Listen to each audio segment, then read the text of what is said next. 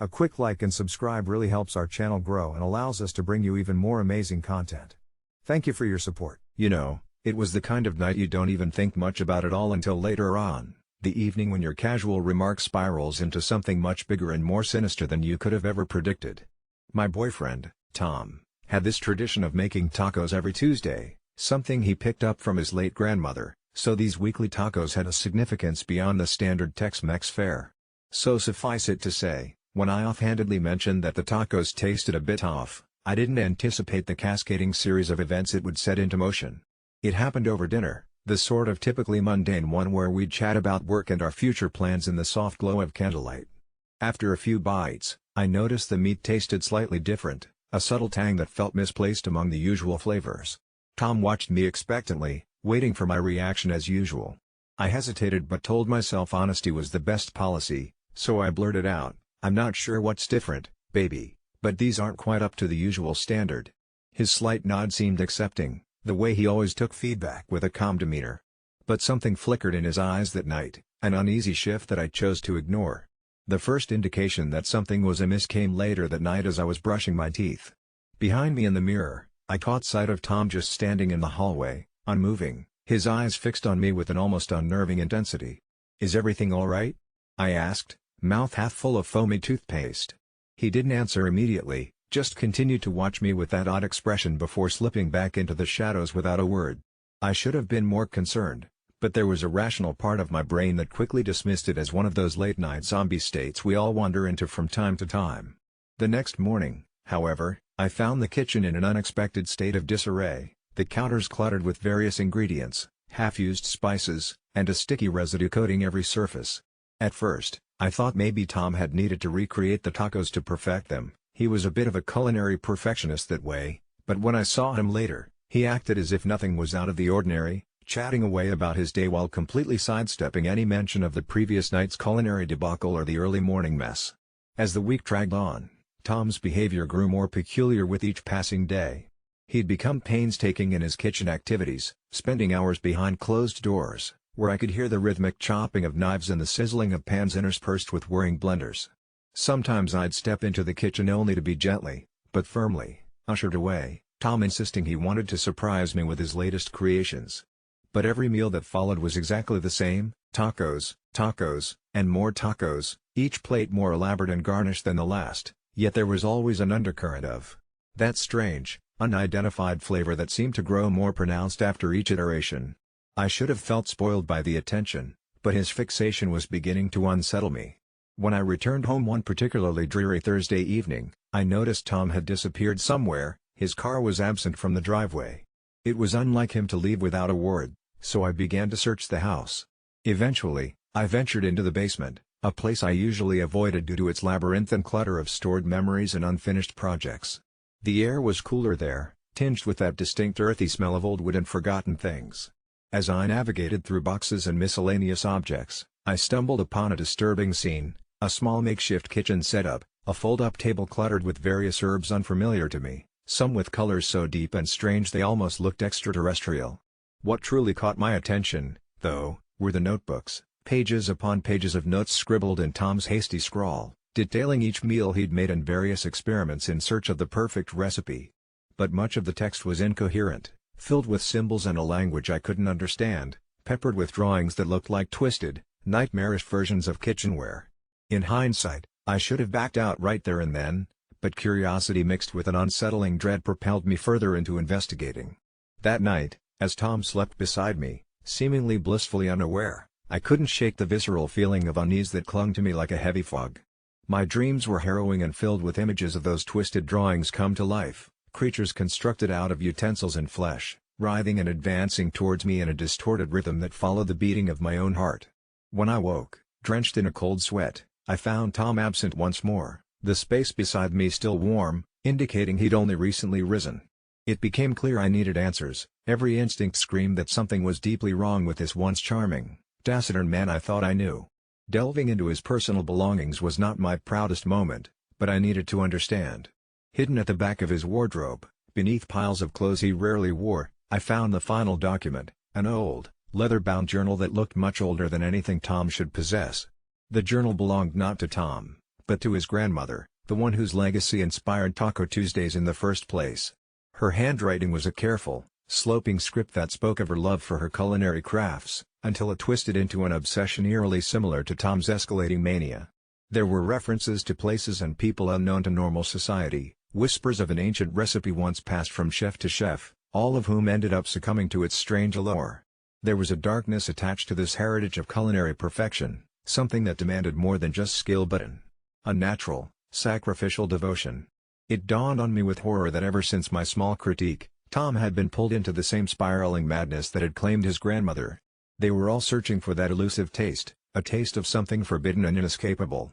I was caught in a paralyzing maze of decisions when I heard the door click open and shut, Tom's shadow lengthening along our hallway walls as he returned. I knew I couldn't confront him, not when he was embroiled in something none of us fully understood. So feigning ignorance, I placed the journal back where I'd found it, and over the next few days, quietly made my preparations to leave. It wasn't easy, the love I'd felt was genuine, but everything about our life now felt tainted by his pursuit of perfection, a phantom that lurked just beyond the borders of reason and logic. The day I finally walked out, I left a note behind, urging him in the only words I could think of to find his way back, away from the all-consuming hunger for something impossible and inherently destructive. That was weeks ago, and now I sit here writing this with mixed feelings of relief and sadness. Occasionally, I hear about Tom, snippets passed along by mutual friends who drop hints about his successes or resurgence with culinary fame. But I suspect underneath it all, the tacos he makes now brim with that same darkness, a personal concoction only he truly savors. Looking back, I often wonder if my honest critique had ignited what his grandmother's legacy started, or if, in truth, something far older and insidious had always resided in him, merely waiting for the chance to emerge. Living in the crisp air of rural New Hampshire has its perks, especially if you're someone like my dad, who adores hunting. Last Christmas, I decided to surprise him with something he always talked about but never got around to buying, an infrared scope. The gift was a hit, and we immediately embarked on a night adventure, eager to test out how the woods around our house would transform through the thermal vision. Barely outside, the chilling quiet enveloped us, the absolute darkness swallowing us whole. My dad, ever the experienced hunter, led the way quietly, with me trailing behind, heart pounding more from the thrill than fear. It all started as a mundane exploration, watching rabbits leap through bushes as crimson blobs and deer graze, their bodies etched in ghostly white against the cooler backdrop. As we trod deeper, the screen suddenly lit up with hues not native to these parts. A kaleidoscope of shifting colors danced toward the edge of the grove, moving erratically like they were floating. Dad lowered the scope, his breath hitching. "Must be something wrong with it," he murmured, passing me the device. But, as I peered through, the bizarre figures persisted, gliding frictionlessly in a peculiar, jerky rhythm. I felt a prickle of unease skittle down my spine. Their outlines shimmered like heat waves, almost humanoid but unnervingly elongated, with limbs too thin to be of anything natural. An icy panic clutched at my throat. Remembering tales spun by the locals about the ancestral woods, I wanted desperately to chalk it up to technology playing tricks. Yet, there was something undeniably corporeal in how these shapes weaved between trees, their presence raising an ancient, instinctual dread within me. My voice shook as I handed it back to my dad, hoping he'd have an explanation, any explanation, beyond my terrifying imaginings. "Get home," he whispered with an edge I had never heard before. We turned, his grip firm on my shoulder, pace quickening. But barely a few steps in, a high-pitched whistle swept through the silence, an unnatural tune that echoed chillingly, swelling until it drowned out the rustling leaves and my pounding heart. Dad's face was stone, eyes hard as he looked back through the scope once more. The shapes, now even closer, writhed unnaturally, distorting and dissolving into each other in some grotesque ballet. We could make out their faces, or what they passed for faces. There were no eyes, yet they seemed to watch us, eerily aware, the gaping voids for mouths enhancing the cacophony of their petrifying serenade. We were transfixed, limbs leaden as if rooted to the earth, until one figure broke away, stretching slightly taller than the last, its reach long and deadly precise. Dad shoved me forward with more force than I thought he was capable of. "Run! Don't look back," he shouted, the sternness of his command cracking through the encroaching terror. My legs found life and I sprinted faster than ever before, my mind numbly bridging my dad's presence behind me to the dreadful mass converging within touching range. The whistling crescendoed, violent, and maddening, clawing at my ears, but I couldn't risk glancing back. Breath ragged, chest ablaze, I hurled myself toward the distant light of our home. Within the safety of the walls, I whirled around, waiting, praying to see my dad rushing in behind me. Shadows danced across the windows as beams caught their motion, too many shadows, and none belonging to my dad. I fumbled with my phone, dialing 911 in my panic. My explanation was frantic, but they sent a unit immediately, too familiar with bizarre sightings people occasionally reported. Outside, the air grew stifling, vibrating with an unearthly hum as if culminating to some horrid finale. Minutes felt like eternities until flashing lights reflected through our windows, and I swore my knees would give way. The officer stormed in, weapons drawn, assuring me with their presence, but my eyes scoured the entry for my dad. Through the tangled reports and hushed communications, I gleaned they found nothing in the woods, that is, nothing living. The scope lay discarded, my dad's torn jacket not far from reach, a bow of finality tied in the curl of that wretched whistle echoing on the sidelines of my horrified consciousness. Days passed without any sign of my dad, the search called off begrudgingly. Locals whispered of past vanishings, citing grudging respect for the ancient guardians of the forest. I stayed long enough to pack essentials, bound by the restless yearning my dad might somehow return. As I locked the door for the last time, my heart ached with a singular resolve, never to return to those woods alone. Wherever he is, I just hope he's somewhere beyond this world's reach, because I certainly believe I've left a part of me lost amongst those terrible, watching trees. The tension in my physics class had been building ever since our new teacher, Mr. Bryson, accidentally marked an incorrect question on our last quiz. It was one of those minor errors that teachers sometimes make, the kind they would routinely fix afterward, but not this time. Due to some glitch in his grading program, Mr. Bryson didn't notice the issue, and as fate would have it, the oversight allowed Jenny, the class genius, to bask in her first ever perfect score. It was all anyone talked about, how she celebrated by treating us to ice cream during lunch, how her parents even promised her a trip to Europe if she maintained the grades. I sat 2 rows behind her, haplessly aware that the question in error was glaringly incorrect. An awkward responsibility churned inside me. I had a knack for details, and overlooking things like this didn't sit right with me. I agonized for days, battling between the justice of truth and the humane appeal of not crushing Jenny's moment of triumph. Finally, my innate need for accuracy compelled me to approach Mr. Bryson after class. Telling him wasn't easy, my voice was a whisper, barely audible over the clattering sounds of departing students.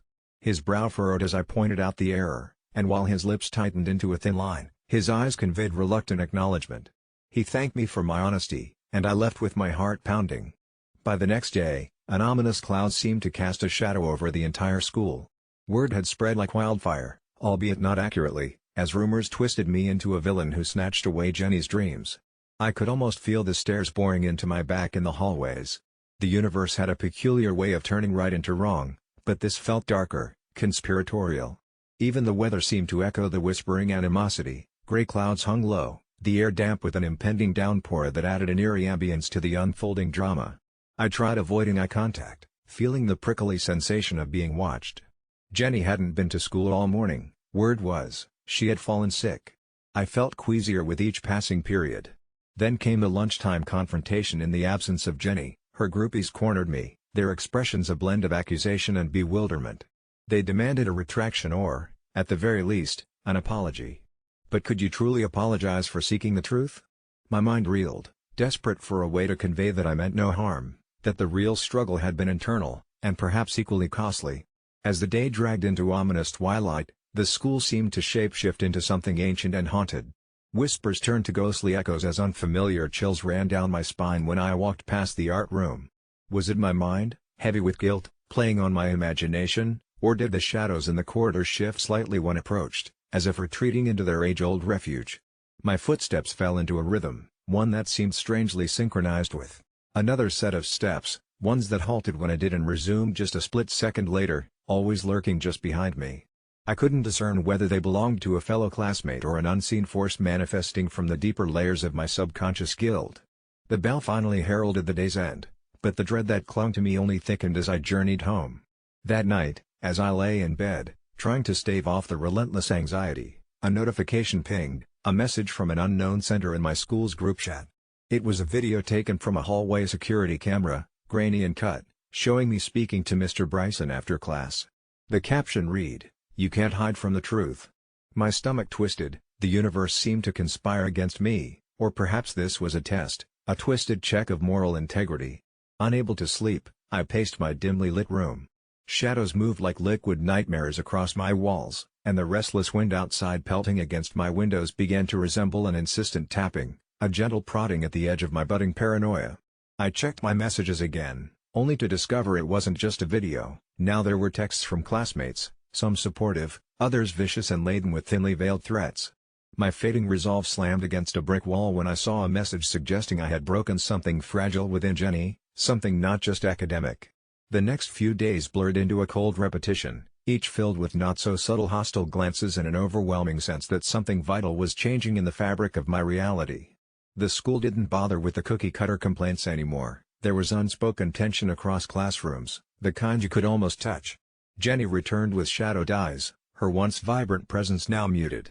Her silence was loud, an echoing indictment against me, and the day she approached me was when the last thread of normalcy snapped. It was during a free period. The basement library had an air of forgotten histories and secrets, perfect for studying unseen. But in that secluded corner, Jenny found me.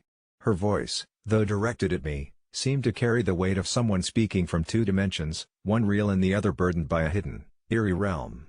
"I know you didn't mean harm," she began, her words like gentle rain, "but some truths are meant to stay buried." Her eyes, usually a calm brown, seemed now to harbor flickers of something unknowable, as if a deeper truth fought to surface. She spoke of dreams that turned to nightmares, of strange images, symbols that etched themselves into the walls of her mind, urging her to rewrite a cosmic wrong that neither of us could comprehend. "Some truths," she whispered, "unleash what shouldn't be disturbed." Her words left me shaken, battling an inexplicable force within my mind that told me she was right. That night, I dreamt of the school, its corridors stretching endlessly, filled with things unseen, whispering secrets no history should bear. The next morning, I awoke with a single thought stealing my clarity: perhaps some victories aren't meant to be achieved, and maybe my obsession with correction had ripped a fissure in an otherwise seamless world. At school, I sought Mr. Bryson, planning to convince him to let the matter fall back into obscurity.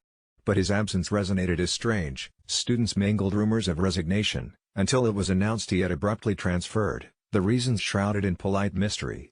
The air was charged with something unsaid, and as I wandered the silent halls once more, a realization unfolded.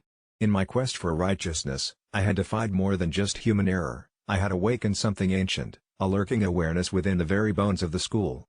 From then on, while the details of the quiz dilemma faded like a forgotten headline, an understanding took root in the secret corners of my consciousness. Some truths, once revealed, cannot coexist peacefully with our own fragile reality. I had always considered myself a person with common sense, but solitude in the wilderness under the guise of a refreshing retreat shredded that notion. The national park was supposed to be peaceful, an antidote to months of windowless cubicle life, where the closest I got to nature were potted plants begging for relief. I set out one early morning just as dawn fished through the pine trees, beads of dew bowing branches, the air crisply punctuated by distant bird calls. I aimed for a trail less traveled, thinking it poetic and perfectly eccentric until that fateful moment when my left foot sank with a sickening snap and the sharp, cruel jaws of a bear trap clamped around my leg. Pain, like liquid fire, spiked upwards as I fell, breath punched from my lungs, mingled with an animal scream I barely recognized as mine. Panicking, scrambling for my phone, I cursed my decision to go off-grid. No reception bars mocked me. It took all my strength to suppress the creeping dread and examine the trap tearing into my calves, a rusted contraption from another century, buried under foliage like a malignant predator. Tugging did nothing but drive the teeth deeper, the forest whispering, almost taunting my predicament. Hours passed, sky bruising into fearful purples and black, and the forest awoke in its nocturnal symphony, each crackle of a snapping twig amplified until it seized my heart in a vice grip. Then came the light, erratic beams swaying between trees, shadows slithering in their wake, and with it, the hushed footfalls. Relief surged briefly through the agony. Someone was here. A figure emerged, cloaked in a darkness that danced with the bobbing flashlight. But hope spotted and fled when I caught sight of what they held, a hunting rifle cradled casually like an extension of their arm. This wasn't a ranger. My voice, increasingly hoarse, cut through. "Help! I'm stuck." Hoping to summon humanity from the dark silhouette. The man approached with a predator's patience, checking the sharp iron, and then gazing at me with unreadable eyes, marked by a solemn, almost reverent silence. "You shouldn't have come here," The voice finally dripped like tar, words dense and deliberate. Fear and confusion churned, God's forgotten woods and a lone man bedecked with danger and secrets. It struck me like a horror onset, the inescapable kind. My plea somersaulted into the void as he took a seat on a rotten log, inspecting the trap hungrily, like an achievement well earned. "It feeds on despair," he murmured, stroking the jagged metal like one would a cherished pet. Questions volleyed through my mind, irrationally unable to dislodge the absurdity of his words. "You're going to die," the hunter's voice intoned with grim certainty, "but you're mine to claim." Every bit of ancestral survival instinct bellowed to me as adrenaline wrestled with torment. Whatever deranged ritual this stranger had in mind, it was something I wouldn't, accept. Small talk and sanity clung by their fingernails to the bizarre calm I forced upon myself. I lied. I told him friends were on the way, hoping it would dissuade whatever plans boiled behind those inscrutable eyes. He simply laughed, low and guttural, dismissing the notion like a child's scattered dreams. His world devoid of mercy had no room for the nonsensical concept of rescue. Then, beneath my anguish-racked body, danced the creeping sensation of escape, a jagged rock half buried in the dirt. My time with that damn trap wasn't wasted. Flexing against the pain, I slowly worked to wedge it against the rusted iron. Minutes melted into centuries as the night deepened and the hunter's vigilance waned, indulging in the sick hospitality of a leisurely menace. Just as the subtle click of stone leverage whispered freedom, he rose, the silhouette's stance spelling finality. In one desperate, last-ditch gamble, I threw all my weight on the rock. A creak, the trap unfurling its metal maw just enough to wrest my bloodied limb free. Pain gouged its signature on every nerve as I bolted, adrenaline dulling the reality that every step was another drop closer to madness. Branches whipped at my face, the forest swallowing my ragged breath as panic-stripped plans flared and vanished in the dark. Behind me, his voice, the terror of his pursuit, thudded through twilight trees, closing in like ink spreading through clear waters. The world cinched with nightmare rhythm, my flight blind, driven by raw instinct unrefined by conscious thought until I skidded onto a larger trail. In the moon-drenched clearing laid Salvation, an abandoned ranger outpost, aged yet sturdy. Scrambling inside, I slammed the door, my heartbeat synchronized with the thunderous hammering against weakened wood. Shelved within were old flares and a radio begging for deliverance. Luck, that long-forgotten ally, gifted me faint static slowly transforming to coherent plea, my voice echoing into the ether, a lifeline cast through the void. Crack. The door shivered under assault, splintering in refusal to yield. I held the flare ready, my mind rupturing under the pressure of an eternal night distilled into mere moments. But then, the chest-thumping chorus of helicopters announced themselves, a revelation splintering terror's monologue. The hunter's silhouette hesitated, a flicker of something, a defeat, madness, the inconsolable loss of a twisted game, in his stance before shadows reclaimed him. Rescue descended in a cacophony of light and sound, the authorities unspooling questions I couldn't answer as they bundled me into safety's embrace. Now, grounded in a hospital where the mundane monotony of ceiling tiles provides a certain comfort, questions coil around me like shadows. Who was that man, and what ritual did those woods demand? The painkillers blur the line between memory and dream, yet I know one night, I may see his spectre looming at the end of my bed, eyes brimming with the promise of stories left untold, of an absurd, dark hunt forest could never quite devour. But even amidst this fear, a thought persists, a chilling, burgeoning premonition. Would the bear trap remain, teeth blistered and waiting, for someone else unsuspecting to step into its hellish story? When we first adopted Max, our loyal golden retriever, I never imagined I'd be here telling such an inexplicable story. Max had always been your textbook definition of a good dog, obedient, friendly, and most importantly, silent unless barking at birds or whining for a treat. As he aged, Max slowed down, his rich golden fur turning silver, much like prize trophies tarnishing over time. Despite that, he remained sharp, always knowing when it was time for his evening walk or when food was served. However, last winter, something strange began to happen. Max had started exhibiting behaviors not typical of old age or even common dog behavior, or at least not typical in my experience.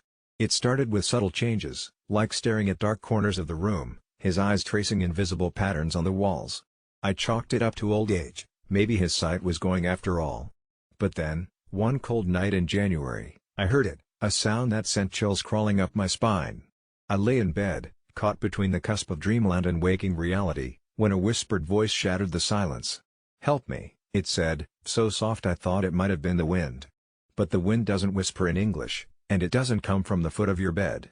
The hair on my neck stood on end when I realized the voice had an uncanny resemblance to Max's barks, soft yet guttural.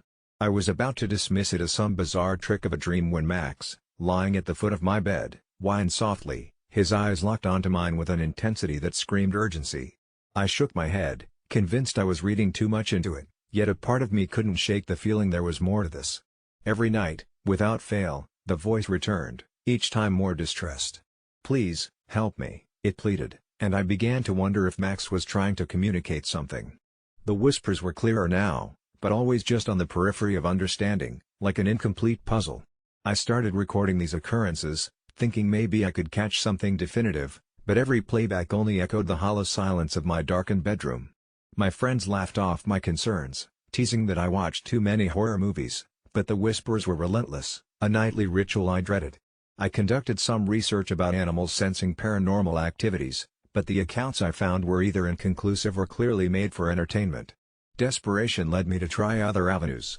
I brought in a psychic, a last resort for a skeptic like me. When she entered the house, her demeanor shifted, a wave of unease crossed her face. "There's something unsettled here," she murmured, focusing on Max, who sat by my side, uncharacteristically calm despite the stranger's presence. She closed her eyes, reaching out to him spiritually, her brows knitting. "He wants to help you. To protect you," she said, eyes springing open in a manner that made her look far older than her years. I almost laughed at the absurdity, but the seriousness in her gaze cut through my disbelief. Then one night, the voice changed, no longer a plea, rather a warning, "It takes breath away." Those words wrapped around me with icy tendrils. That day an ominous feeling settled over me, an anticipation of something dreadful. I checked every lock, walked through every room as if searching for an invisible intruder. With each sweep, Max followed, unusually silent, maintaining his vigil. Night came, draping shadows over my mind. I lay awake, counting the minutes, waiting for the whisper when an abrupt series of thumps echoed through the house, as if someone had dropped heavy books upstairs. Adrenaline surged through me, every sensible force imploring me to stay put. Yet, it was Max, darting towards the source with newfound energy, that pulled me along. Together, we ascended the stairs, my heart a drumbeat in my chest. I flicked on the hallway light, which swung eerily as if debating remaining on or plunging us back into darkness. We entered the guest bedroom, which I rarely used, a room preserved like a snapshot of a distant memory. The air was stifling, cloying, and a vague shadow lingered at the corner prompted by the thin moonlight slipping through the curtains.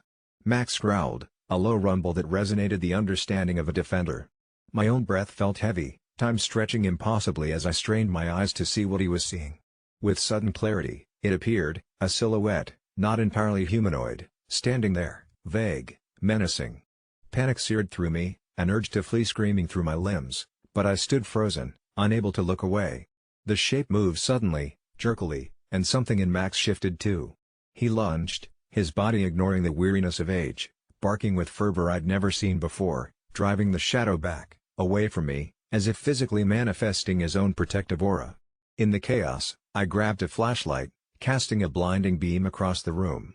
The shadow dissipated as suddenly as it appeared, consumed by the light, leaving behind only the echoes of that haunting whisper. I sat on the floor, heart pounding fiercely, Max beside me, his breath heavy yet satisfied, a guardian whose duty knows no bounds. From that night, the whispers ceased, the dark corners of the room no longer a source of silent terror. It seems Max, with whatever wisdom or connection he had to this world and possibly the next, had sensed the danger and stood by me through it all. The thought of a spirit reaching out, using my old dog as a conduit to communicate, was beyond my every understanding, yet undeniably real. In Max's silence, the unspoken bond between us grew stronger, a testament to his unwavering loyalty. Still, sometimes, in the stillness of night, I find myself lingering in that guest room doorway, wondering if the shadows will whisper again, knowing that should they return, I won't be facing them alone. Things had been tense between Kelly and me ever since the engagement. Karen, Kelly's mother, had disapproved from day one. She believed I wasn't career-focused enough for her daughter, which was ironic given that my startup was finally taking off. My relationship with Kelly seemed like a perfect story, college sweethearts who defied odds and family expectations to be together. But Karen's hovering presence constantly loomed over us like a storm about to break. Our engagement was supposed to be a fresh start, a chance for happiness, Yet when Karen unexpectedly passed away, everything turned upside down. One night, just after dinner, Kelly asked if I would help pay for Karen's funeral. The words left me stunned. It wasn't that I couldn't afford it, the startup had its ups and downs, but I could manage. It was the principle of it. Karen had never treated me with an ounce of kindness or respect. Every holiday, every birthday, she found ways to insult me in ways that Kelly always seemed to dismiss as her stress talking. Despite all this, I had tried to be understanding, putting on a brave face for Kelly's sake. Now, it felt like a final betrayal, a strange request from the love of my life but in some twisted shape that no longer felt loving, more like an obligation. Kelly's plea echoed around my mind, she didn't have much, and it's the least we can do. We. That word stung, as if now I were suddenly part of a collective unity that, when it came to Karen, had always been absent. I tried to reason through my conflicting feelings, muttering something about how I would think about it, knowing in my gut my answer was likely a solid no. The night stretched on with its oppressive silence. Kelly retreated to the bedroom, leaving me alone with my thoughts, the flickering light of the TV the only companion. It was then that I noticed the cold air in the room, despite the furnace working. The temperature had dipped unnaturally, sending a shiver twisting up my spine. The pictures on the walls, their occupants staring vacantly, deepened the unease that danced along my conscious mind.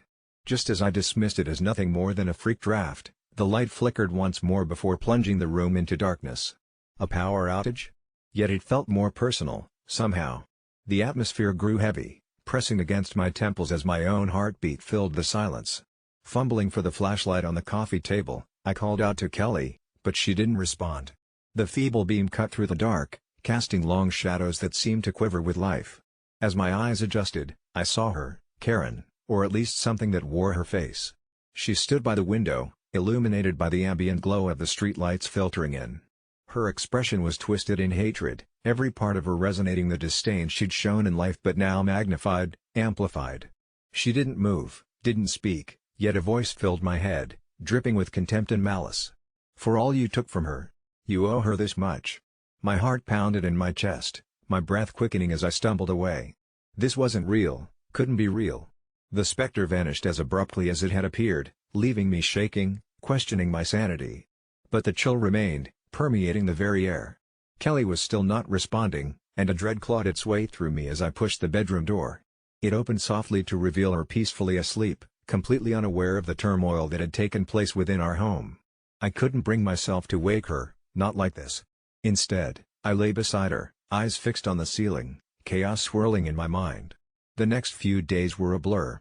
Kelly seemed oblivious, completely and mercifully unaware of what I had witnessed. Karen's funeral approached, every step toward it feeling like it pulled me, dragged me toward an abyss I feared to name.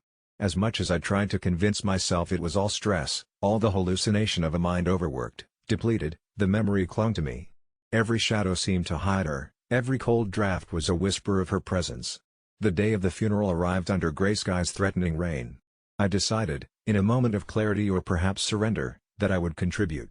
Not because she had convinced me in life or even in that haunting moment, but because Kelly deserved peace. The ceremony was a somber affair, hushed tones and stolen glances that I pretended not to notice. As we laid her to rest, the clouds broke and the first drops of rain fell, mingling with silent tears. I would never tell Kelly what I saw, not fully. Instead, I held her hand, shared her grief, and whispered reassurances against the cold reality of our shared silence.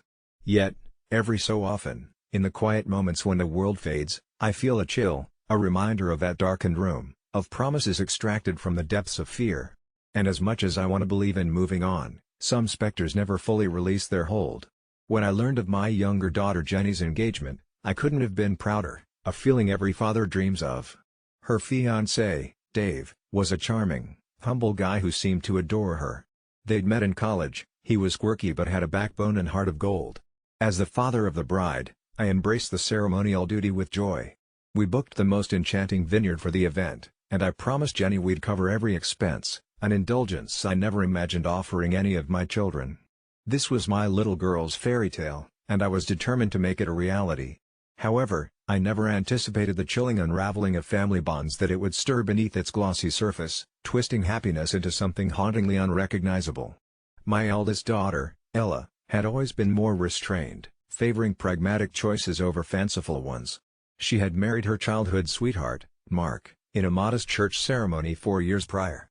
Theirs was a different kind of story, no extravagance, just simple and pure.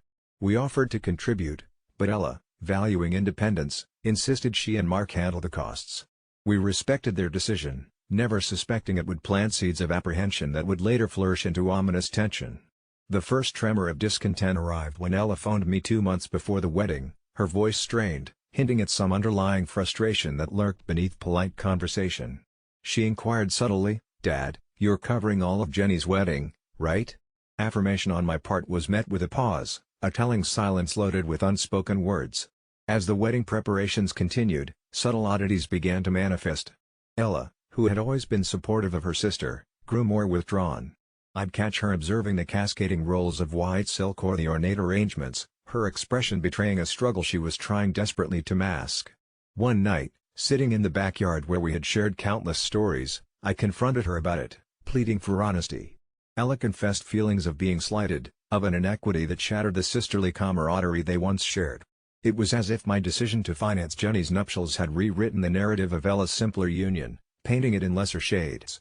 I promised we'd help with a grand anniversary party to even things out, but the wounds seemed deeper than I understood.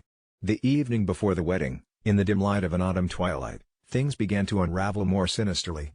Strange occurrences, things missing, misplaced, and even small accidents, started haunting the household, sowing nervousness that none of us could ignore.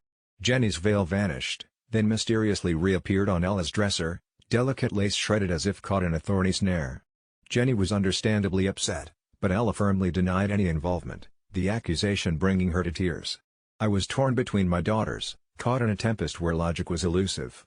Ella's denials, though fervent, were overshadowed by an air of underlying tension, the kind you cannot touch, but feel crawling up your spine. On the day of the wedding, a fog crept in, unseasonal and ominous, clinging to the vineyard like a ghost reliving old sorrows.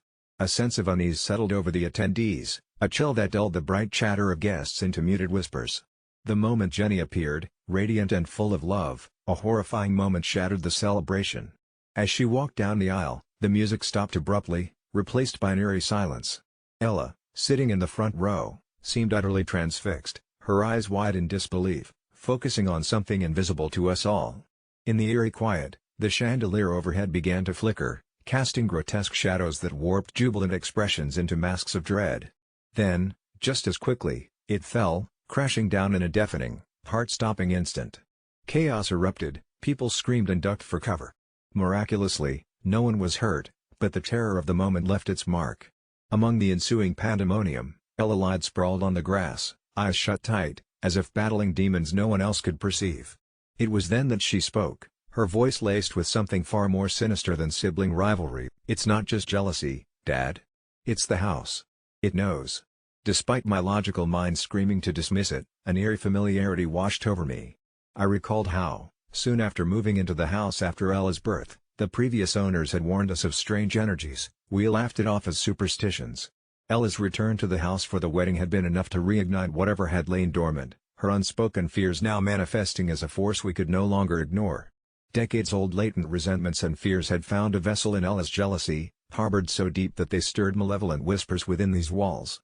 Haunted by the weight of unwitting neglect and the undeniable presence that had preyed on Ella's dormant insecurities, we fled from the vineyard, abandoning the cursed celebration. We stayed in a hotel that night, shaken to our very cores. The experience forged a fragile peace among us, united in facing something darker and unknown. As Jenny and Dave settled for a quiet courthouse marriage, the looming specter of the house in that day's horror stood as a reminder of a cost that went far beyond the payment for a wedding. Relationships tested and spirits awaken, a family struggled to find healing under the shadow of an ancient malevolence, leaving me to wonder, am I the asshole for paying for one daughter's wedding? Or was it something monstrous lurking, waiting for the moment we let our guard down? When I was a child, the woods behind my house were my playground. But even in my innocent youth, I understood that these woods were different, especially when the sun dipped below the horizon. You see, my best friends lived there, and they weren't like the imaginary friends most kids invent. They were real, and they were monsters. I first met them on a rainy autumn afternoon. I had followed a trail of mushrooms that led me deeper into the forest than I'd ever dared go alone. The air was thick with the tang of loam and decay, and the canopy above was a mosaic of dripping foliage. That's when I saw them, sorry, a lanky creature with wiry limbs and a face like a wilted flower, and Gunder, a hulking beast of moss and bark, eyes glowing faintly from deep within a cleft in his chest. Childlike curiosity overpowered fear, and I stepped closer.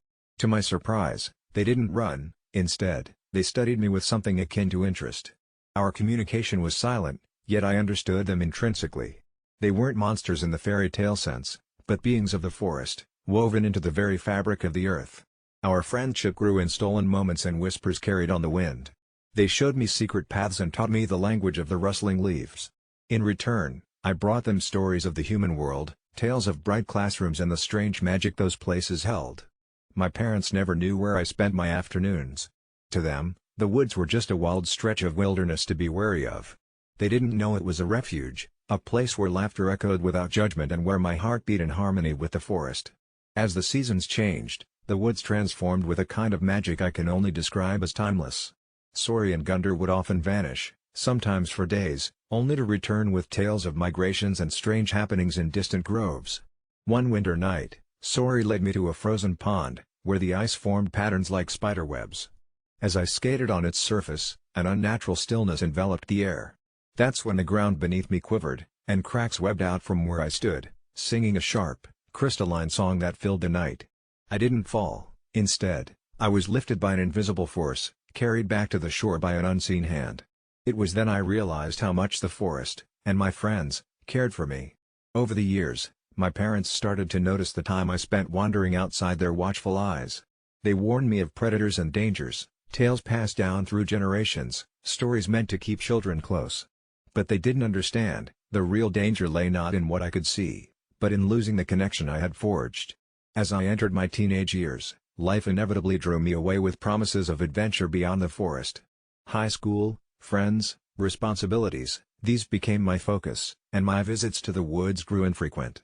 I noticed a change in the air, a kind of waiting, a holding of breath by both the trees and my dear friends. Graduation came, a blur of excitement and the ringing promise of new beginnings. The world was vast, and I longed to explore it. But something kept tugging at me, a pull I couldn't ignore. On the night before I was to leave for college, I returned to the woods one last time. The moonlight filtered through the leaves, painting the ground in silver and shadow.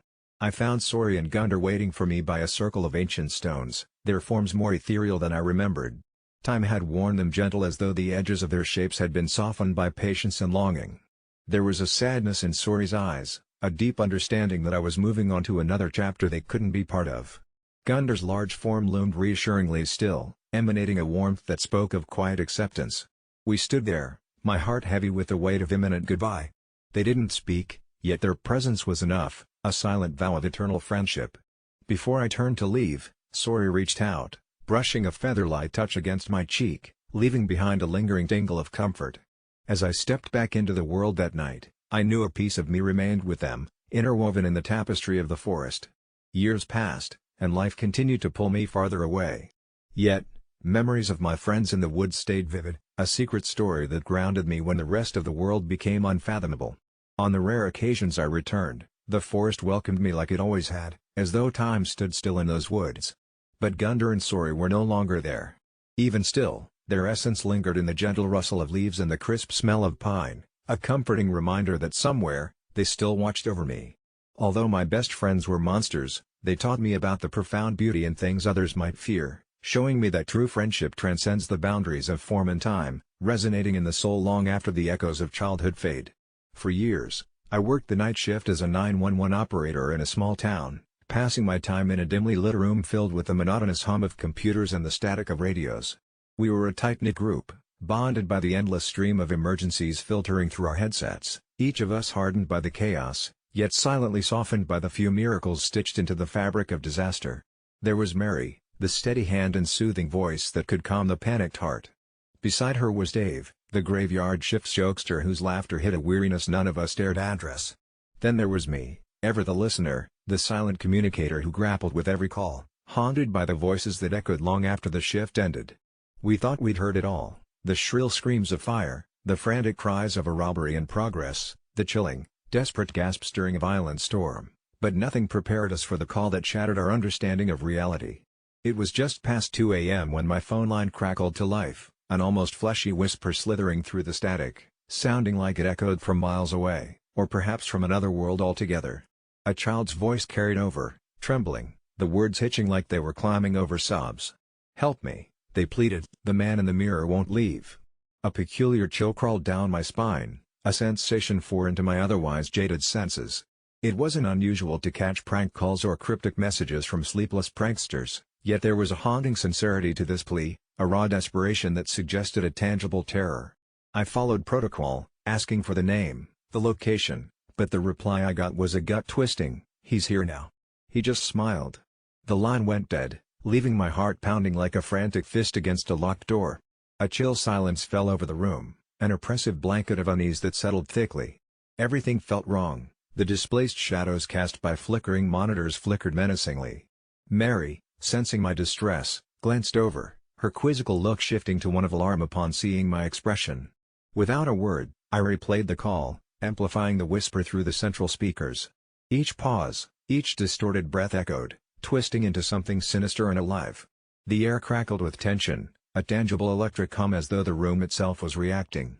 Dave, usually unflappable, looked visibly unnerved. "This sounds like..." He hesitated, searching for a rational explanation, but failing spectacularly. His humor was missing, leaving only the raw edges of inexplicable dread. We decided to trace the call, diving into a maze of digital footprints that led to an abandoned house miles away, clipped with rumors of hauntings and voiced curses that carried through the night wind. It was notorious among the locals as the Mirror House, a monument tangled in tales of crazed reflections, where those who ventured inside claimed to see shadows of their own deaths, anguished nightmares etched into every reflective surface. Driven by the need to protect the voice that had reached out to us, we called in the closest patrol car. Officers Jennifer and Mark responded, heavy skepticism trailing their every word. As we stayed on the line with them, our breaths synchronized with the static, a nervous connection that tethered us to their movements. They approached the property cautiously, transmitting live as they breached the eerie silence of the house's threshold. Each creak of the floorboards echoed with eerie precision through our headsets, immersive and chilling. Jennifer described the oppressive aura, the way the air seemed to chill exponentially as they moved deeper into the house. Mark called out, his voice breaking against the shadowed walls like a rapidly dissipating echo. Then, they found the mirrors. Endless and unsettling, reflecting not just their images but something else, a feverish play of shadows that danced unsettlingly, like puppets on strings of malice. Inexplicably, the mirrors multiplied. Mark's breath caught, a choked sound that spiraled into a scream cut short. Jennifer gasped, whispering hoarsely through the line, "The reflection. It's not us." We heard the chaos. Jennifer's headset crashed to the floor, scraping sounds, desperate footsteps, each intake of breath a choked symphony of horror. Then, silence. We tried raising them repeatedly, our hands shaking as fear seeped through. Hours passed, felt like an eternity of inaction, our thoughts spinning into dark spirals. The next call we received was from dispatch. The house had seemingly folded in on itself, an impossible implosion that left only fractured glass reflecting a nightmare tempest. No trace of Jennifer or Mark was found, just the whispering wind playing out a sorrowful dirge across an empty lot. As the sun clawed its way up an indifferent horizon, we slumped in our chairs, changed, tainted by an experience we couldn't comprehend. We flipped through the reports, the official statement sterile and dismissive, another unsolved mystery in a town that leaned heavily on superstition and shrugging acceptance. In the days that followed, I quit. Even as I stepped away, the whispers lingered, pulling at my sanity. The calls dwindled, as did the once unshakable camaraderie of my colleagues. I heard Mary left too, her cheerful counsel turning into a quiet resignation, wrapped in unease that clung like a shadow. Dave vanished. Some say he went to confront the house's remnants, drawn by some unfinished connection. They say he never returned, leaving only the ghost of his laughter to haunt the radio waves. People say we're not the same anymore, and I have to agree. The role of a 911 operator is to create order from chaos, but that night, chaos spilled over, surged beyond the tangible boundaries of our reality, leaving us adrift in its wake. We became something other, shadowed reflections of who we'd been, caught permanently in the mirror's gaze. It's a place I don't recommend you find yourself, and as I write this, I can't be sure if I'm staring out of the window or looking into the abyss. I always thought the stories about zombies were folklore or, at best, cautionary tales woven by overzealous scientists warning us about the next supervirus. Little did I know that I'd be stumbling into one of these tales when I took a shortcut through the abandoned Rutherford Mall on my way home from the night shift. The place had been shut down for years, a ghostly relic of our city's past glories, now prepping for demolition. I didn't think much about my decision at first. It had been another long shift at the factory, and I was eager to get back to my small apartment and crash. The mall was my shortcut, a dusty and forgotten labyrinth of old stores, but it shaved off a good 20 minutes from my walk. I pushed through a vandalized entrance, its glass door shattered ages ago, the edges glittered ominously in the dim moonlight. As I trudged past what once was a bustling center court, the eerie silence got under my skin, the kind that prickled and whispered at the edges of sanity. I pulled my jacket tighter as I kept my eyes peeled for any signs of trouble, secretly amused by how we'd all been imprinted with danger from an early age about these decrepit places. Wind whipped through the hollow halls, making old flyers dance ghostly around what had been the center fountain, now dry and cracked. That's when I heard it, an otherworldly groan echoing through the vast emptiness, bouncing off faded mall maps and advertisements for obsolete products. For a second, I froze, hoping it was just the wind pushing against some forgotten corner of the building. But then, there was a clatter, like something metallic had been knocked over. My heart rate shot up, but rationality took charge. Probably just a raccoon or some stray animal, I assured myself. Placing one cautious foot in front of the other, I crept towards the origin of the sound, curiosity winning over caution. In the stillness of the shopping mall, I rounded a corner with caution. And there it was, an unsteady shadow looming under the flickering emergency lights left over from the days when people roamed these halls without fear. It was hunched over, ragged breaths infecting the air. My stomach churned as it lifted its head, eyes as vacant as a cloudy sky, devoid of any spark of humanity. This wasn't a person, not anymore, anyway. Rotting skin clung to bones like old meat abandoned for vultures, clothes hanging in dirty, shredded layers. It let out another guttural noise, the kind that shatters whatever courage you foolishly thought you had amassed. The stories I'd heard growing up and in whispers at work surged through me, tales of wandering undead in small, forgotten towns, viral outbreaks that authorities quickly shut down claiming exaggerated paranoia. Was this it? Evidence of some government cover-up, a silent invasion that was happening in the shadow of ignorance? As it staggered one unsteady step towards me, my senses kicked into overdrive. The half-bad zombie clichés from pop culture laughed at my petrified form, luring me with scenarios of heroism, a failed illusion of safety that dies the instant you're faced with something not scripted. I backed away slowly, the instinct of fight or flight firmly fixed on the latter. It didn't follow immediately, stuck in its small radius of reality, but its vacant eyes tracked me, cementing the fear that it was aware, at least enough to register my presence. In that split-second decision, I knew I had to alert someone, anyone, who would believe a tale like this, warn them of what remained only whispers until now. Running back through the mall, I half expected more of them to appear out of vending machines or crawl spaces. The rusty escalator, dead from years of neglect, seemed more like monstrous teeth ready to devour moonlit shadows. My breath wheezed and my chest felt like it might explode by the time I burst out onto the street again, gulping down air as though it might be my last. The world outside was oblivious, just as it had been when I entered, and it chilled me to the bone. I contemplated calling the police, but how do you frame this without sounding like a raving lunatic? "Hello, officer, I just saw a zombie in an abandoned mall." "No, really, I'm serious." As the adrenaline coursed through my veins, I hesitated, head in hands under a flickering street lamp, knowing that this was the sort of situation that past me would have brushed off or mocked in a chat room. The rational part of my brain argued it must have been a homeless person, perhaps afflicted by some horrible illness, a victim of circumstances so devastating they slipped through every available safety net. Yet, deep down, between the fear and disbelief, something else nagged at me. I had seen enough to know that what I apprehended was not something simple. The image of those cloudy eyes bared a scar on my memory that no logical explanation could erase.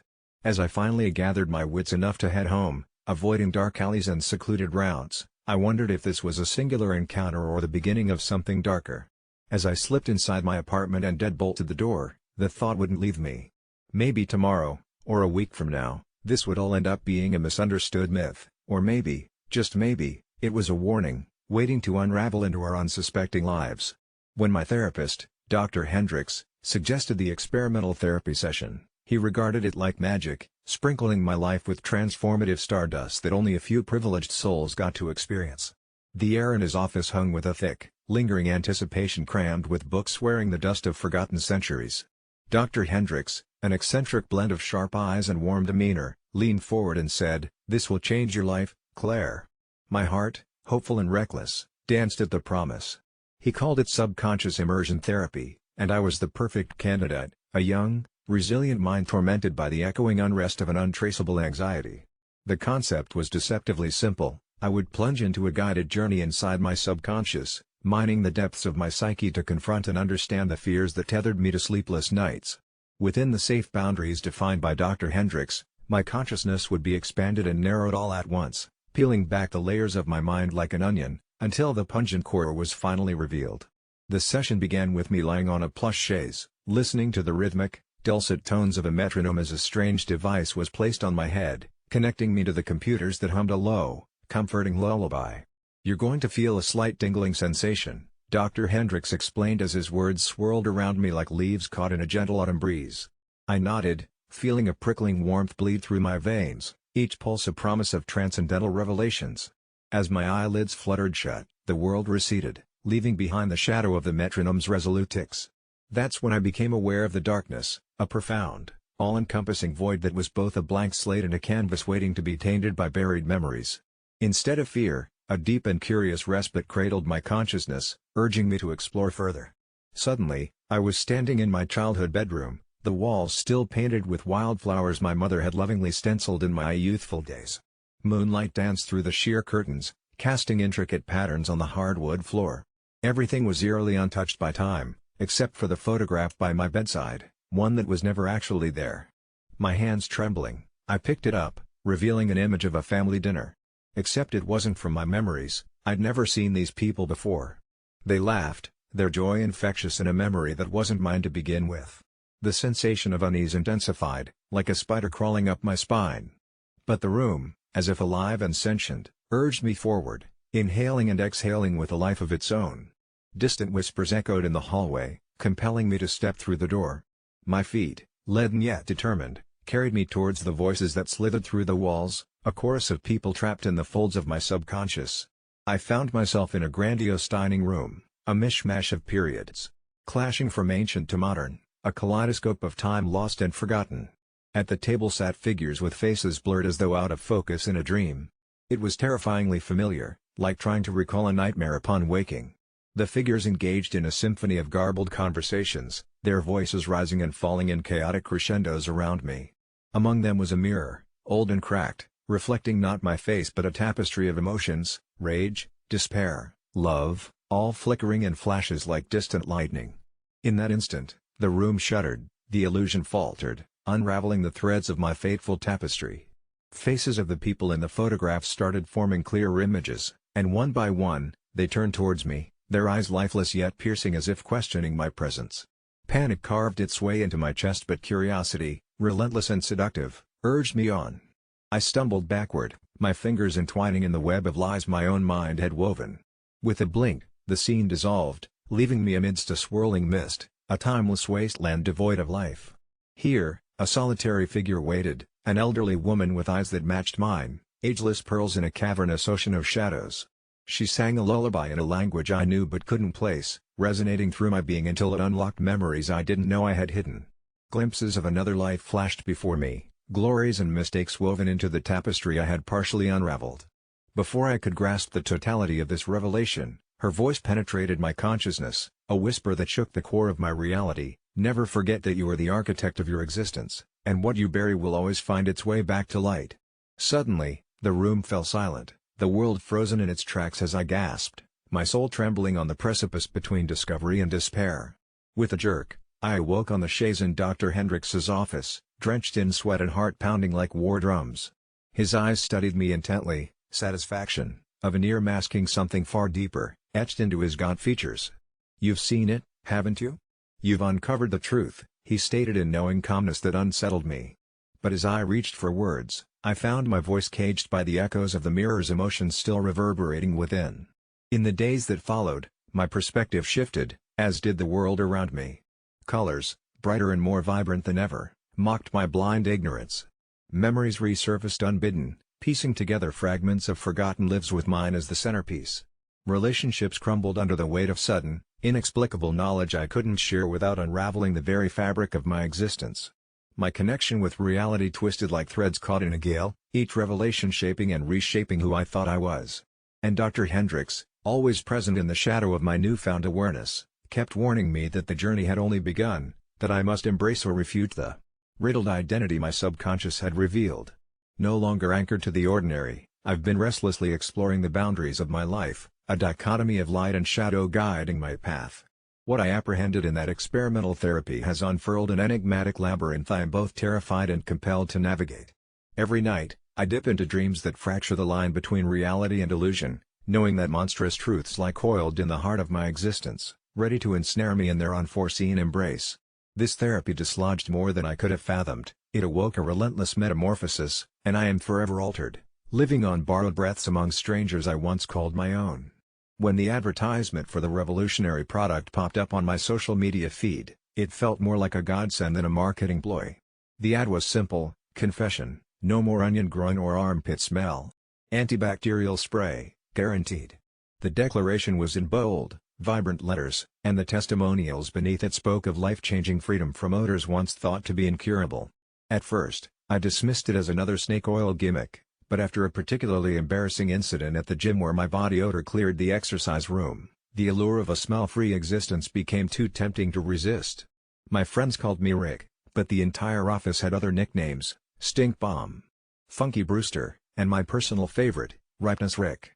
Personally, I knew the real issue wasn't with my hygiene habits. My perspiration had an aggressive assault on the senses, a demonic gift from my boisterous biology that no amount of showers or clinical-strength deodorants could tame. The package arrived in an unassuming brown box, and the contents looked as innocuous as they were promising: just a small bottle with a clinical logo and that enticing phrase repeated. The instructions were simple: spray directly on the skin's problem areas once a day. As I looked in the bathroom mirror, my coif of curls sticking messily to my forehead, I gave a sarcastic toast to myself and doused each armpit liberally, and then the groin for good measure. Over the next week, the change was nothing short of miraculous. Not only did the pungent onion-like odor cease torturing my olfactory senses, I felt different. Invincible maybe. There was a pep in my step at work, a newfound confidence that stemmed from the absence of the reeking albatross around my neck. Praise replaced the thinly veiled jokes, and I even scored a date with Jessica, the cute accountant I'd been eyeing since forever. Believe it or not, the spray was more effective than I dared dream, but even I was not prepared for what came next. One evening, as I lay in bed, a deep, unyielding itch settled into the depths of my pits and groin. The sensation spread like wildfire, morphing from an irritation to an almost unbearable burning. Underneath it all, a show that my skin felt thicker, tougher, realization dawned on me: too late. I had seen these symptoms before. They belonged to freakish headlines in the back pages of obscure paranormal tabloids. I rushed to the bathroom, splashing my face with cold water. The steam raised by my skin's unnatural heat fogged the mirror. As I raised my arms, sheer horror cascaded through my mind. Where once there had been hair, follicles dark and dense, only smooth scales glistened under the flickering bathroom light. Horrendous, rough scales that shimmered and twitched like creatures with lives of their own. Shuddering, I tried to scratch at them, tried desperately to peel them away, only for the skin beneath to pucker and tear like a rotten fruit. That night, sleep was a stranger, a blessed reprieve snatched cruelly from my grasp as the scales seemingly began their monstrous journey towards confluence, crawling and converging towards my chest, sprouting insidiously along my collars. I woke the next morning, a freshly grown festoon of scales around my neck, like a chain wrought by an unholy blacksmith. Work was impossible. I couldn't go in, couldn't allow anyone to see. My phone buzzed intermittently, the concerned faces of coworkers flashing upon it, but I remained steadfast in my refuge. Desperation clawed at my mind, driving me online for answers or solace. What I found instead were whispers, murmured accounts buried deep within dark forums, posts that hinted at a grotesque community plagued by similar battles. The advertisements were bait, promised miracles that only led to curses unimaginable. Each post a testament to the unending itchiness, to scales advancing on their own sinister journey across skin, and more disturbingly, to transformations that went far deeper. Incredulity pulled at my sanity when I read of those who claimed bipedal humanity was being snatched away from them, transitioning into creatures of nightmares, isolated, feral. The confessions diverged, some laced with the horror of relinquished limbs, others converging on a single grotesque revelation: voices, echoing, whispering, calling from the scales themselves, Offers of a future, warnings of inevitability, summoning senses where none had belonged. I was at the brink of madness, spinning out of control, waves of self-loathing and panic crashing against my resolve. But behind it all lurked an unwelcome acceptance. I was only one among many. Resigned, I dragged myself to the bathroom again, witness to the grotesque spread. The mirror's surface warped as if scorched by the presence of wrongness reflected back at it. What remained of my skin seemed mere patches within a tapestry of scales, my face barely mine and something's else. I had ceased spraying after the first nights, but it was too late for defiance or regret. With each passing day, my senses expanded, cries from the scales louder, clearer. They spoke, not in words, but in impressions, emotions, urgings towards surrender, towards understanding. It was tempting, the allure of synchrony with something greater, something ancient. Grace with a twisted hue as if dipped in the miasma of forgotten eons. I had sought relief, yet found communion, their confessions imprinting upon my soul a succession of revelations I would never fathom as a man. My date with Jessica never happened, couldn't happen, really. I was withdrawn, keeping my transformation hidden from all. The support turned into resignation, and the rumors of my fate possibly wilder than the truth took on lives of their own, becoming a legend for the ages or at least until the next victim found themselves missing morning coffee due to unwanted afflictions. And as I sit here typing my confession to you, dear reader, I feel the unrepentant tug of the void, the gnawing realization that my story is but a fleeting note in the grotesque symphony conducted by the unseen hands of fate. Perhaps you will heed my warning, or maybe curiosity will lead you down a similar path to mine, into the dark company of the scales. Remember, no matter what the promise of sweet release might hold, some solutions cost far more than we are ever prepared to pay. When I entered nursing, I expected long hours, exhaustion, and occasionally ungrateful patients. But what nobody prepared me for was the night my past came clawing back, leaving bloody fingernail marks on the thin veneer of my normal life. A year ago, I was a nurse in the psychiatric unit of a hospital in a town that's more tombstones than people, a place where whispers of the past cling to the air like the persistent fog rolling off the hills at dusk. Our patients ranged from those haunted by shadows in their minds to those dangerously enthralled by the darkness.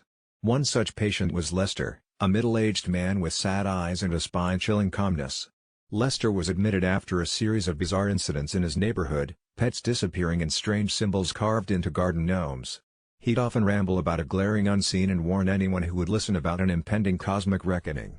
He was there for months, slipping through different levels of consciousness like a clock gone haywire, sometimes lucid enough for a chess game, other times scrawling frantic, encrypted messages with whatever writing instrument he could find. Then, one stormy night, Lester vanished, just like that, disappearing without so much as a sound or trace. We assumed he slipped out during a power outage, a theory that, albeit convenient, always felt like a thin veil over some hideous truth. For months, my sleep was plagued by dreams of Lester, standing at the foot of my bed, eyes wide and fixed on an unfathomable point behind me, mouthing words I couldn't quite decipher. Despite the hospital's reassurances that Lester was no longer a concern, a flickering candle of paranoia danced at the edges of my mind. Eventually, time did its sneaky trick of laying a fog over past horrors, and I moved to a new city, started at a different hospital, and even managed a sense of peace in the mundane motions of everyday life. That is until last Tuesday, when peace was pulled violently from beneath me. It started with letters. The first few I assumed were junk, plain envelopes with no return address, but the handwriting, jagged and frantic, demanded recognition. Each contained the same cryptic message: the games are not over. The sacrifice is you. Slowly, the overwhelming fear that Lester had found me gripped me in its cold embrace. My heart pounded as the letters increased in fervor and frequency, the content becoming an escalating series of threats and cryptic babbling about cosmic gates and my supposed role in safeguarding something priceless. Anxiety bled into every aspect of my life, shadowing me at work and wrapping its tendrils around each ounce of joy, squeezing it dry. When the letters abruptly stopped about 3 days ago, a foolish hope dared to bloom that it might finally be over. Last night shattered that hope. After an exhausting shift, I sunk into the couch, every muscle pleading for rest, when the sharp trill of my doorbell ripped through my drowsiness. The sight of the unassuming delivery man on my doorstep was my last rational moment. He handed me a package that contained a battered chess piece, the White King, and a note: "Your move." Panic twisted my gut as memories of chess games with Lester flickered back, his intense gaze, how he'd insist the games were more than just games, how he'd leave the king in his pocket like some guardian charm, How the game would only end when the king fell. Adrenaline surged, pushing me to grab a bag and instinctively shove some essentials into it, ready to flee whatever game had begun. But he was already there. Turning from the door, I felt a presence, a static in the air thick enough to taste, and there he stood, Lester, blotting out sameness like a silhouette against blinding light. His eyes held the same sad madness, but now they swirled with something deeper, a knowing beyond our world. "It's time," he uttered softly, the room warping around his voice. I tried to scream but the sound didn't come, choked off by terror twisting its noose around my throat. In a fluid motion, faster and more deliberate than his shuffling form suggested possible, he reached toward me while chanting a string of unfamiliar words. I staggered backward, my mind separating into shards of ice-cold fear, time slowing as if stretching to let the nightmare lengthen. He whispered about journeys through doors unseen by the naked eye, of roles fulfilled and games ending. I felt the tug at my consciousness, a seductive pull to something vast and incomprehensible, but my survival instinct kicked in, a primal roar drowning out his siren call. I grabbed the nearest object, a ceramic vase, and swung with every inch of self-preservation left in me. It shattered against the side of his head, more solid and real than I'd hoped, momentarily stunned. I dashed around him, hearing the shattered pieces crunching under his feet, yelling at my legs to carry me faster than they ever did in any track meet way back in high school. I collapsed into the driver's seat of my car, the engine roared to life, and I drove. I drove until the physical act of it burned into mindlessness, until the lines on the road blurred into a single stream, an escape from whatever cosmic joke I was part of. The radio crackled from the passenger seat, half-functioning, metallic whispers breaking through bursts of static, taunting my certainty of reality. It's been hours, maybe days, since I absconded from my life, staying in motel rooms with flickering neon signs, calling friends to check on my sanity, only to hang up before they answer, unable to admit to anyone the madness unraveling me. Each night, as I lay down with the stolen king piece under my pillow, I hear him, feel his gaze from afar, pleading with me to finish what he started. The things he told me claw at the edges of my sanity, the glaring unseen now something I sense lurking behind each sound and shadow. I'm not sure how much longer I can resist it, or if, maybe, giving in would bring peace to this waking nightmare. If my story ends in a way that makes news, no, it was never just him trying to kidnap me, it was me untethered from a world that lost its grip on reality. Our town, secluded by thick forests and shielded by jagged mountains, was never the sort of place you stumbled upon by accident. It was a close-knit community where everyone knew each other, where whispers of a birth or a funeral swiftly became public knowledge, shared between aisles in our solitary grocery store or across pews at Sunday church service.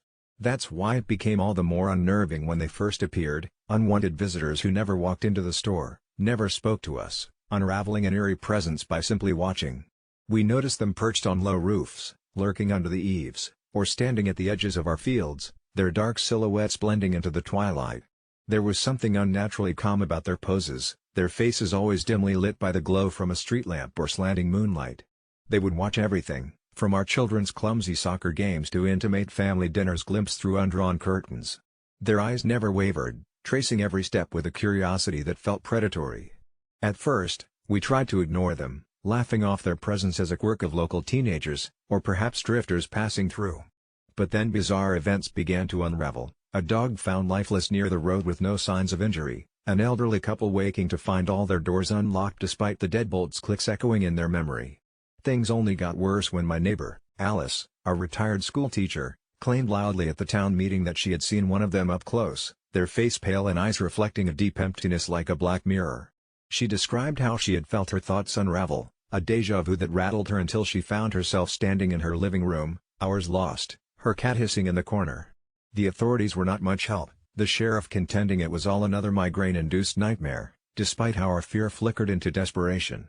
Swapping stories under the flickering street lamps, we found a pattern. The visitors, as we grudgingly called them, seemed drawn to places of memory, spots where our strongest emotions resided. That's what led Ethan, a local teen, to his unfathomable curiosity. He suggested they thrived on emotions, feeding off them like parasites. The thought sent chills skittering down my spine, especially after I found my husband standing at the kitchen sink, staring blankly into the backyard where one of them stood, his face terrifyingly serene despite the steam from the boiling pot burning his skin. On the night Ethan disappeared, a storm racked our town, raindrops blurring our windows. Lightning revealed their outlines clustered around the school, Their numbers unnaturally multiplied. It felt as though they had finally found their feast. Panic prickled our minds, but leaving was unthinkable, as many had cars that refused to start, and others found the roads had become indistinguishable marshes. In a storm-soaked frenzy, we decided to confront them, emboldened by anger and helplessness, marching towards the school where they watched undaunted, their impervious eyes reflecting our desperation. But as we drew closer, their edges blurred and faded into the downpour, dissolving like chalk drawings washed away. We searched the school grounds, calling out Ethan's name amidst the thunder's rumble, but found nothing except his rain-drenched backpack near the swings. That was the last night they watched us, the town enveloped in a tense quietness afterward as if holding its breath. Life resumed, but a sense of mortality lingered, forever haunted by the memory of their vigil. To outsiders, our town remains as peaceful as ever, but for us, it is a quiet facade marred by an aching void, a hollow left by the visitors who took with them a piece of what made us human. When my sister Lori initially announced her intent to skip my wedding because of a scheduling conflict, I knew it wasn't true. The conflict was always deeper than a busy planner, it was the festering wound of family drama that began with our mother's death. Lori found solace in a bottle afterward, a coping mechanism that spiraled into a severe drinking problem. For years, I tried to help her, offered her countless lifelines, but she always slipped back into the abyss with every chance I gave. So, when I found love with Eric and we planned our small, intimate ceremony, I hoped Lori might finally pull herself together, if only for one day, but her RSVP arrived with a scrawled-out "Sorry, can't make it." Part of me was relieved. She had cocaine-catalyzed chaos at my previous birthdays, every memory etched with her shrieks and broken vases. Still, I didn't have the heart to cut her out completely because she was my sister, my blood. But then came the phone call late one night. Eric's car had collided with another, a drunk driver, and I spent the night in the bubbling hysteria of the emergency room. Through masked voices and sterile shadows, I kept thinking of how it could have been Lori behind the wheel, and a snarling resentment stirred in me. The driver turned out to be someone else, a nobody whose fate we couldn't share solace in knowing or abhorring personally, yet it didn't stop the carnage of that night. Eric survived, but with scars and a limp that would be forever reminders of that turmoil, and as those weeks blurred, so did any coherent thought on weddings or celebrations. When I finally spoke to Lori, her slurring voice on the other end was staring at my patience. "I'll try to come," she mumbled, the reluctance like nails against glass, scraping away the last pretense of hope for a normal celebration. I told her not to bother, that I didn't want any more chaos, cops, or hospital rooms because my patience had worn thin. This seemed to jar her momentarily, a stunned silence hanging between us like the specter of who we once were to each other. I truly wanted to believe this was her wake-up call, but I woke the next morning to find half-blurry, threatening texts between us from the prior drunken night on her end, a cocktail of guilt and anger gripping me. I never imagined I would forever sever that fragile sibling tie, yet my heart steeled itself for what was necessary, snipping the last strings, until she showed up anyway, uninvited, on my wedding day, standing in the aisle reeking of perfume and vodka. She was a train wreck marinating in desperation, swaying as she made a scene and spotlight steal the happiness I'd gathered in my marrow for that day. There was shouting, confusion, and in the rawness of it all, a disharmony twinkled in my heart. Was she the monster, or was I, to have my life motioned to a solitary peace that had no room for her anymore? In the torment of my decision, I watched security escort my sister, my mirror, and wondered if family ties meant anything if they are spliced and withered by addiction. The night concluded with candles flickering onto tablecloths in the reception hall, the guests tiptoeing around the elephant of the deed, a sister crushed and tumbling away into the night. While I clutched Eric's unblemished hand, now coupled with history and hesitant happiness, guilt slithered through, whispering untold tales of blood pacts and broken promises. It all seemed an endless echo of an AITA story, one riddled with unsolvable threads of guilt and anger, and in those weeks to come, no redemptive climax ever arrived, just the murmurings of a conscience uncertain if this sacrifice was liberation or an eternal weight on my fractured heart. I never thought I'd have to post here, seeking strangers' judgment on whether I've forsaken my family. Growing up, my sister, Lily, and I always perceived ourselves as a team. We navigated the tumultuous waters of a dysfunctional family, leaning on each other during our darkest moments. Our parents were the kind who gazed upon their children with a sense of perpetual disappointment, their aspirations forever unmet. They staggered through life, attempting to cultivate the pristine image of a family built on love and support, yet the deceptions only contorted our reality. After years of feeling like an unwanted shadow under Lily's brighter light, I was finally able to escape the oppressive gloom after I landed a job across the country. I discovered my niche in the tech industry, my isolated brilliance finally recognized, leading to a salary that even surprised me. Life was good, or so it seemed. Meanwhile, Lily played the role of the prodigal daughter. Artistic and charismatic, but financially adrift, her constant quest for self-discovery unfolded in a series of failures that punctuated her 20s. Eventually, she returned, calling our family home her sanctuary after a big breakup. Her dreams once again evaporated into thin air.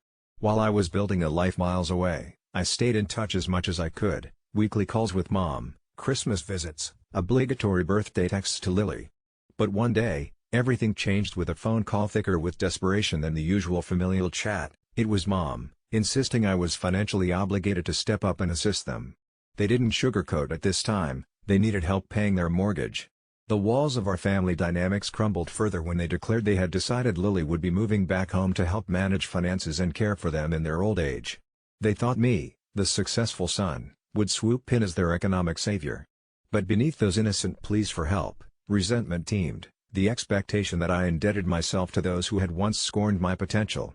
They believed Lily's presence entitled me to pay their way, as though my financial efforts should be redirected because she was all the comfort they needed.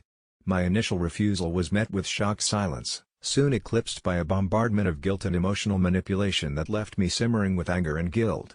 Conversations became blurred with commodity. I was no longer a son or a brother, but a credit card.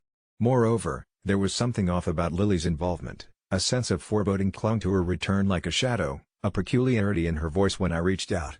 Her texts were scarce, her messages growing eerily short, like the echo of a ghostly presence in a family home.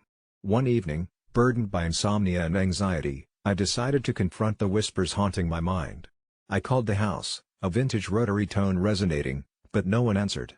Yet, out of nowhere, Lily's voice filled the line like a static-filled apparition. The way she spoke was somehow wrong. Her normally vibrant cadence morphed into a monotone drone, offering chilling tidbits about our parents' strange new expectations and her unsettling ability to blend into a silence nobody could penetrate. It was then her words echoed something sinister. It's okay now. They don't ask questions anymore. When you don't pay, nobody dreams. Her giggle was added by a noise most unsettling, a click like the sensation of a noose tightening. Alarmed and driven by an ominous urgency, I hopped on the next flight home determined to discern the truth behind the unsettling illusion of normalcy they wanted to project. Our house stood untouched, cloaked in shadows, its soared no longer familiar warmth but a chilling stillness. Inside, things were passed from hand to dust, the once vibrant semblance now adorned in an ominous film. Mom and Dad sat in their battered armchairs, silence unwrapping around them like an unused script. They didn't react much to my arrival, their faces devoid of the welcoming confusion I expected. I found Lily upstairs, far more amiable in the soft lighting, yet a glassy look marred her once sparkling eyes. Her expression struggled between strained patience and flickers of inspiration turned to fear, as if she were attempting to convey a message her lips hesitated to form. While the days dissolved into cluttered conversation, Lily's muted whispers filled my nights with dread. Every sound in the house seemed exaggerated, my presence growing more like a rudderless wanderer among them. The final day brought the truth slinking out of the shadows when I confronted her, propelled by the silence that pushed me towards madness. In the broken remnants of our childhood's sanctuary, she stared blankly, her breath a fog of sentimentality clashing with confusion. Then she confessed, our parents weren't exactly imposing, but rather insidious, puppeteering from shadows just beyond perception. They manipulated reality, summoning an alternate dependency on the house itself, a haunting evoked from our dependence. The house fed on our guilt and our fear, an entity bound to our familial ties, stealing dreams if unfed with disturbing silence. It demanded constant attention, some form of sacrifice, their mortal offerings paid through harrowing expectation. Only, when the funds didn't come through, nor the required emotional output, reality bared its jagged teeth, clamping around our supposed lives. As the truth unfurled its sinister grip over us, the response didn't unshackle Lily. She remained cocooned in a web of dreams spun into compliance. But I couldn't relent, couldn't let the house become another tether in my life full of restraint and regrets. With the sheer resolve to sever the chains, I made my decision as dawn broke its delicate majesty over the horizon. I will not be shackled to visions haunting my siblings' eyes nor tethered to a household enshrouded with expectations bearing its fangs beneath false warmth. I walked away, confronting their disappointed stares, their wrath, a battered storm. I left them cocooned in the silence they so feared if not satisfied. Am I the asshole for refusing the cost of familial entrapment? Tell me.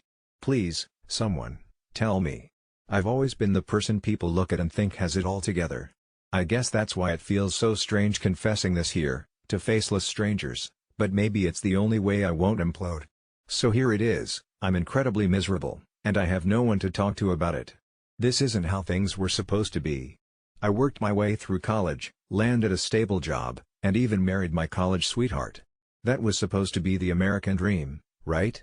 But dreams have a nasty habit of twisting and warping until you don't recognize them, and you're left in a nightmare. Every morning, I walk the halls of the corporate office wearing a mask of competence. I handle mergers and acquisition deals with a smile that could sell a lie as truth. The only ones who see through it are a few disgruntled coworkers, their whispers in the break room sounding like snakes hissing in my ears. She's going places, they say, but it feels like the only place I'm going is further into my own misery. It must have started with the move to the suburbs. Derek, my husband, assured me it was what we needed, a new start, a bigger house, a dog even. The white picket fence was supposed to be our safeguard against the chaos of the city, but all it's really done is isolate me further. Each day, the suburbs grow quieter, more suffocating. Even Derek seems distant, our conversations reduced to exchanges about grocery lists and mortgage payments as if real connection is something we can no longer afford. And the dog, Rufus, bless him, he seems to notice my despondence, his sad eyes following me around the house as if he's the only one who understands. It's funny, isn't it? How the silence becomes so loud. At night, the creaks and groans of our supposedly perfect home whisper secrets I can't unravel. One night, as Derek lay snoring beside me, I started hearing a tapping sound, rhythmically constant, tapping from the walls, the floors, or maybe beneath the bed. It was impossible to pinpoint, maddening like a drip that never ends. Derek claimed he couldn't hear it, accused me of stress or fatigue, said I should see someone about it. Talk to someone, he insisted, pretending to care. But who could I talk to? No one wants to hear the perfect woman, the successful executive, admitting that maybe she's on the verge of falling apart. I told myself it was nothing, just the house settling, an old cliché to calm my newly fervent paranoia. But then it got worse. The tapping turned to scratching. Soft, insidious scraping noises that burrowed into my head like a bad melody. I attempted to drown it out with headphones, but the air took on an oppressive weight. I swear, some nights I could feel vibrations running through the floorboards like a heartbeat. The rational part of me, what rational part there is left, argued it was mice or some other nuisance, but something deeper inside suggested it was sinister, different. It was during the third week that I found the notes. Small paper, slips, no larger than a fortune cookie message, tucked in random places, under my pillow, slipped into my coat pocket, even once in the pantry between cereal boxes. I see you, they said. It was such a simple message, yet it rattled me to my core. Derek laughed it off when I showed him, accused me of working too hard or even planting them as a cry for help, which made me feel more alone than ever. Was that all this was? A manifestation of my own desperation? But why would I do this to myself? Desperate for some explanation, any release, I started documenting everything. Each scratch, each note, each gut-clenching moment of dread. All neatly typed into a journal on my laptop, a private confession of my unraveling mind. Then one night, the sound led me down into the basement. The scratching was all-consuming there as if it were a beast beneath my skin. Hard hammering, I pried up a loose floorboard only for the sound to stop instantly, leaving an eerie silence that felt like taunting laughter. And that's when I saw it, a small, decrepit box of old off-white letters. Each envelope was marked with frail handwriting unmistakably similar to my own. My hands trembled as I leafed through, recognizing shadowy versions of my biggest insecurities and fears in slanted script. And below all the letters, a worn photograph of a woman who looked like me but different. Her eyes were lifeless, empty. On the back, in that same familiar handwriting, was inscribed, "I've never left." That's when everything clicked, the unwelcome realization slipping through the cracks of my sanity. This wasn't an obsession of a stranger or a sick prank. What I saw in the photograph was myself, a future self perhaps, or a past me newly unearthed. I couldn't breathe. The house, the perfect life, it wasn't a dream. It was a chronic deception tying me to something dark, something buried. Now I understand how misery thrives unseen, sewn into the foundation, subtly driving me to madness. Returning upstairs, I found the journal open, keys creaking under phantom hands, letters typing on their own. I slammed the laptop shut, the echo resonating through the emptiness of the house, the oppressive quiet of suburbia closing in. Derek returned from work, finding me in pieces, claimed he saw nothing on the journal because he couldn't untangle my inserted psyche from reality anymore. Yet his shadow stretched across the room, across the security of our lives, hinting, knowing. Maybe you won't believe my confession. It's easier to dismiss the distressed as delusional. But amongst these hollow walls, I became a silent witness to my own turbulence, reality layered with subtle terrors. And here, sharing with you, faceless souls who might only mock or dismiss me, it feels like a bitter relief. A small, absurd wish lingers that maybe one of you has seen this creature of despair too. Or perhaps we're all unwitting authors lost in our own creeping stories. For the past few months, I've been living in a financial paradise that slowly unfurled itself into a waking nightmare. It started subtly, with my bank statement displaying a number that seemed off. As it turned out, my company had initiated a new payroll system, and thanks to a glitch, I was receiving triple my regular salary. At first, it felt like a dream, an unexpected windfall that arrived unannounced at precisely the right time. Life's pressures softened, debts that once loomed like dark clouds evaporated, and desires once delayed danced into reality. New car, luxurious getaways, and weekends spent in opulent excess became my new normal. I told myself, surely they'd catch the mistake soon, and I stashed away enough to cover any eventual return. But as the months rolled on and the anomaly continued unchecked, my conscience swayed between exhilaration and dread. It began to feel less like a glitch and more like an unseen force had thrown a lifeline into my dull existence. Nights out on the town brightened as drinks flowed like reckless confidence, each purchase felt like an act of defiant freedom against life's otherwise monotonous grind. Yet, the tranquility was a mere facade that crumbled with every ticking second of indulgence. Anxiety crept in, quietly at first, as whispers of mistrust among colleagues reached my ears. Were they aware? Did they notice the sudden improvements in my attire, the stories of spontaneous trips? I could almost feel their eyes trailing me in the corridors, each glance a silent accusation unspoken. I started double-checking emails, rereading every correspondence for hidden clues that my secret was out. The fear entwined with greed, forming an insidious bond I couldn't sever. My sleep was haunted by dreams where I was marched into my boss's office, eyes cast down as knights of finance delivered their verdict. But when daylight broke, the nightmare felt distant, and my rational mind concocted justifications. Maybe they knew and decided it wasn't worth correcting, maybe this was an unspoken reward for years of underappreciated toil. My paranoia spiraled until one night, when insomnia and guilt were my only companions, I noticed something peculiar. A peculiar email lurked in my inbox, marked with a subject that struck icy terror through my veins: urgent, payroll reconciliation required. It was after midnight, and I hesitated to open it, breathing uneven as though my entire existence hinged on those unread words. My eyes raced through the lines, detailing a full audit of expenditures over the past several months. They were onto it. Horrified, my mind danced through scenarios on how to handle the inevitable confrontation. I considered running, crafting an escape plan that felt almost exhilarating in its madness. Perhaps a transfer to a remote island where questions didn't exist, a fantasy as palpable as it was absurd. But sanity prevailed, and I knew I couldn't keep evading reality. The next day, no amount of caffeine could chase away the wrenching tension gnawing at my insides as I reluctantly trudged to the office. My steps echoed with fateful finality down the pallid corridor leading to HR's domain. The meeting was orchestrated with professional detachment, their expressionless faces delivered what my heart already knew. A ripple of panic undulated through me. I heard someone, perhaps it was me, making a hurried confession, words fumbling over themselves with promises of repayment, explanations spun from desperation and half-truths. The room was still, the air charged with disappointment and protocol. My pen scratched against paper as my fortune was redrawn in legal terms and repayment plans. The facade of fortune crumbled, its illusion breaking to reveal the stark monotony of numbered debts and accountability. But deep within the chaos, I realized something remarkable. It wasn't just my bank account that had transformed. I had changed, too. The experience left an indelible mark, challenging my morality and reshaping my understanding of luck and consequence. As I walked back to my desk, remnants of a life momentarily bolder, the weight of each step felt lighter, relieved of the secret I had carried for too long. In the end, the anomaly was corrected, and so too was my misplaced sense of invulnerability.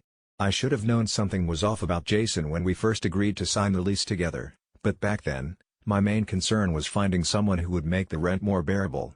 He seemed nice enough, A bit quirky, perhaps, but hell, who isn't these days? The apartment was perfect, 2 spacious rooms, a cozy living room, and a kitchen with a refrigerator that didn't hum angrily, unlike the one in my crummy old studio.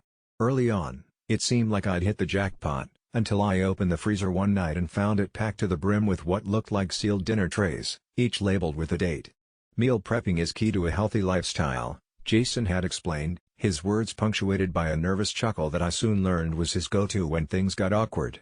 I didn't even think about it too much until the stack of those trays seemed to propagate like rabbits. What had started as a manageable annoyance turned into full-blown frustration as I realized my own supplies were relegated to one measly corner. Snack by snack, I watched my space dwindle. I tried avoiding confrontation. I really did. But let's face it, ramen and canned soup lose their charm quickly when that's all you have stored outside the freezer. One night, after a grueling day filled with the kind of endless meetings that sap your soul, I came home craving the simplicity of solitary dining comfort, a frozen pizza. That's when I decided it was time to have the talk. Jason, maybe it's time we start storing less so there's more room for everyone?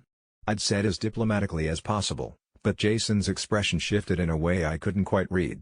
It didn't seem angry, more like someone who'd just remembered they left the stove on. Or in his case, the freezer. He mumbled something about needing everything stored for documentation and hurried off to his room, leaving me standing there, frozen like the neglected dinner stuffed in our appliance. I decided to investigate. A quick shuffle through the neatly organized trays revealed something unsettling.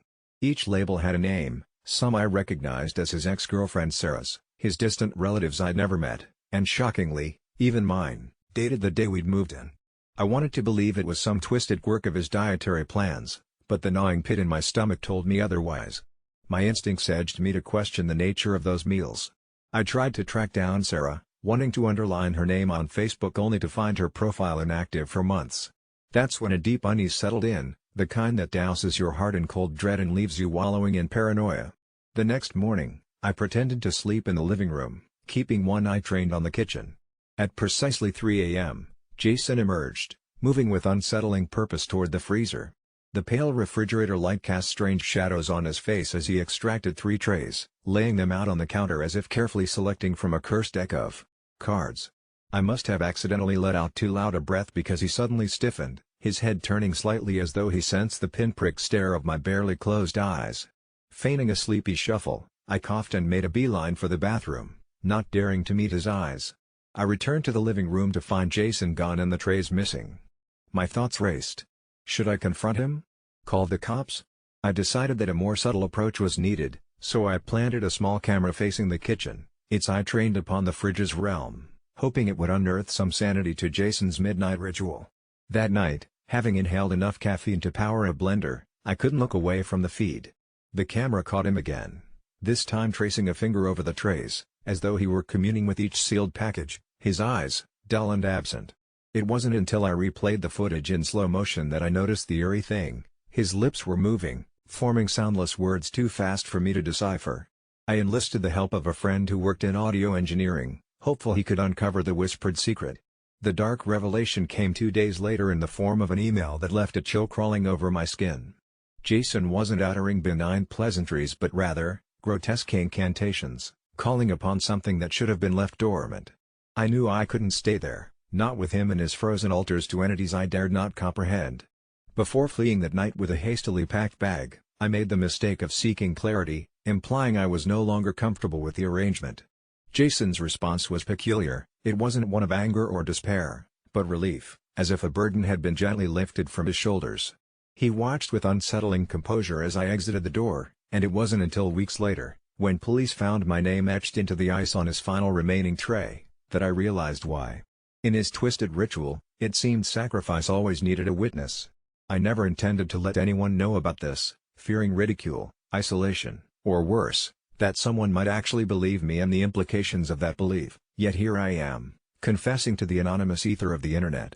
This is the safest place I can think of for bearing my truth. I genuinely think people can read my mind. It began a few months ago when I noticed subtle shifts in my interactions with people around me. You know that feeling you get when you're being watched? The prickling awareness that someone's gaze is pressing on your skin? Imagine that, but it's not just your skin, it's your thoughts laid bare like pages of an open book. It started small, I'd think of my morning's missing keys, and my roommate would nonchalantly mention where I'd last had them, without me uttering a word. Coincidental, I told myself.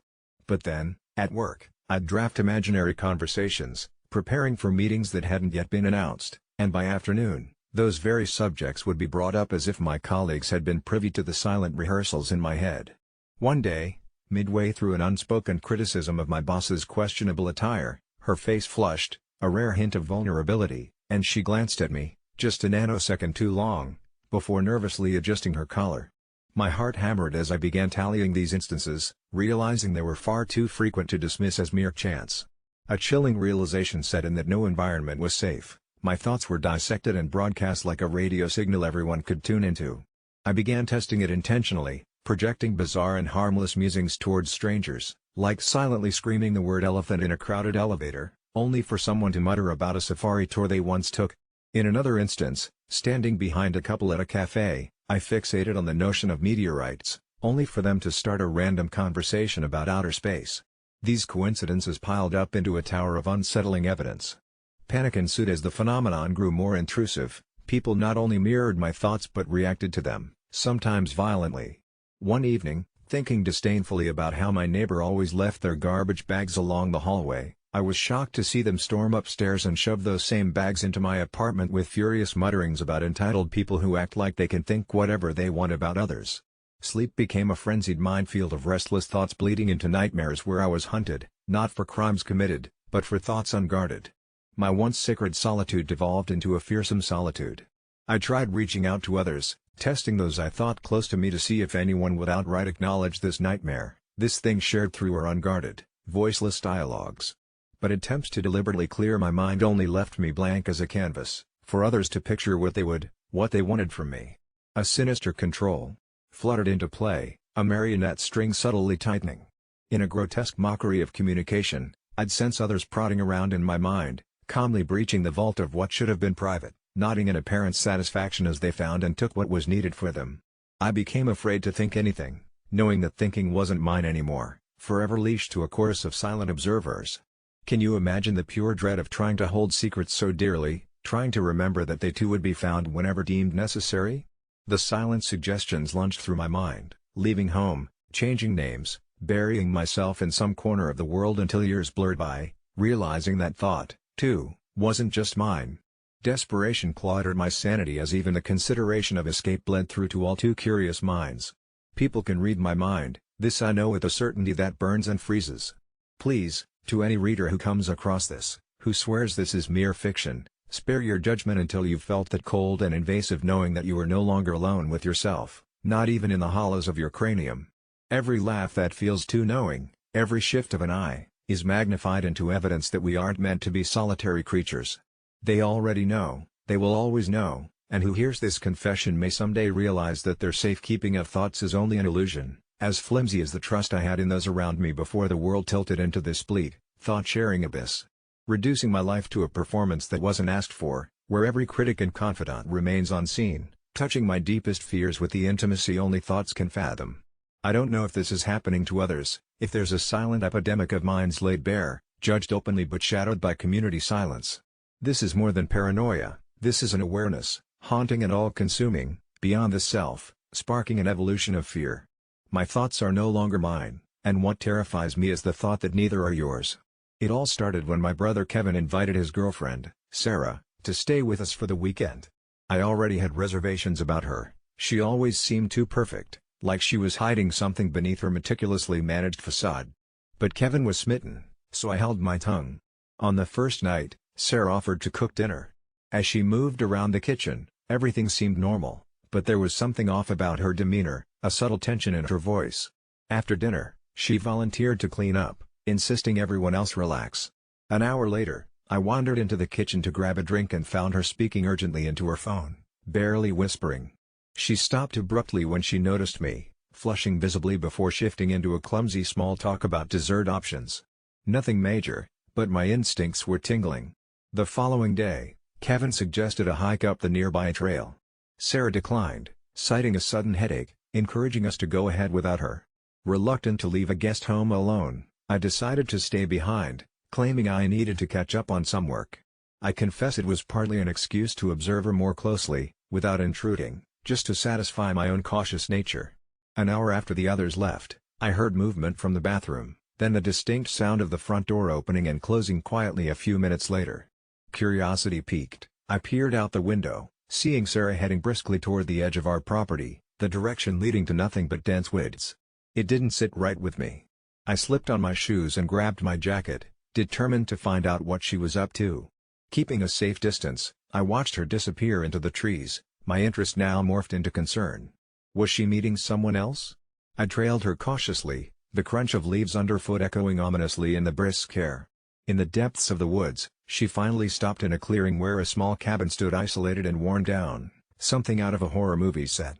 She approached the cabin, knocked hesitantly on its weather-beaten door, and stepped inside without waiting for a response.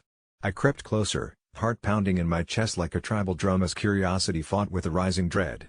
Pressing my ear against the wooden wall, I could barely make out Sarah's voice through the dilapidated structure. It carried a kind of fervency I hadn't heard from her before.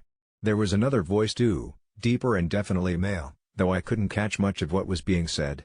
Snippets of a heated conversation floated to me, words tinged with urgency and fear, phrases like "they can't find out," and "not stable" sent my imagination spiraling into dark possibilities. Who was she talking to? My mind raced over potential scenarios, each more twisted than the last. The dialogue suddenly became louder, crescendoing to a point where I picked up enough to understand that Sarah was involved in something dangerous. Something about a job gone wrong, someone being hidden. As she vehemently argued, I realized they were discussing Kevin. She was using him, deceiving him. My stomach turned with anger and disbelief. But before I could puzzle further, the conversation stopped abruptly. The cabin door swung open, and Sarah stormed out, her expression a volatile mix of fury and fear. I pressed back into the shadows, holding my breath as she paced blindly past me, her eyes unfocused and brimming with tears, murmuring something under her breath that sounded like a vow. Once she was gone, the cabin's occupant emerged, a rugged man with a sinister air around him, scanning the surroundings as though sensing a presence, or perhaps just wary of being followed. I remained hidden, anxiety bubbling within as he lit a cigarette and retreated back inside. As silence reclaimed the woods, I knew I had to return, but I couldn't shake the dark chill that now clung to me like a second skin.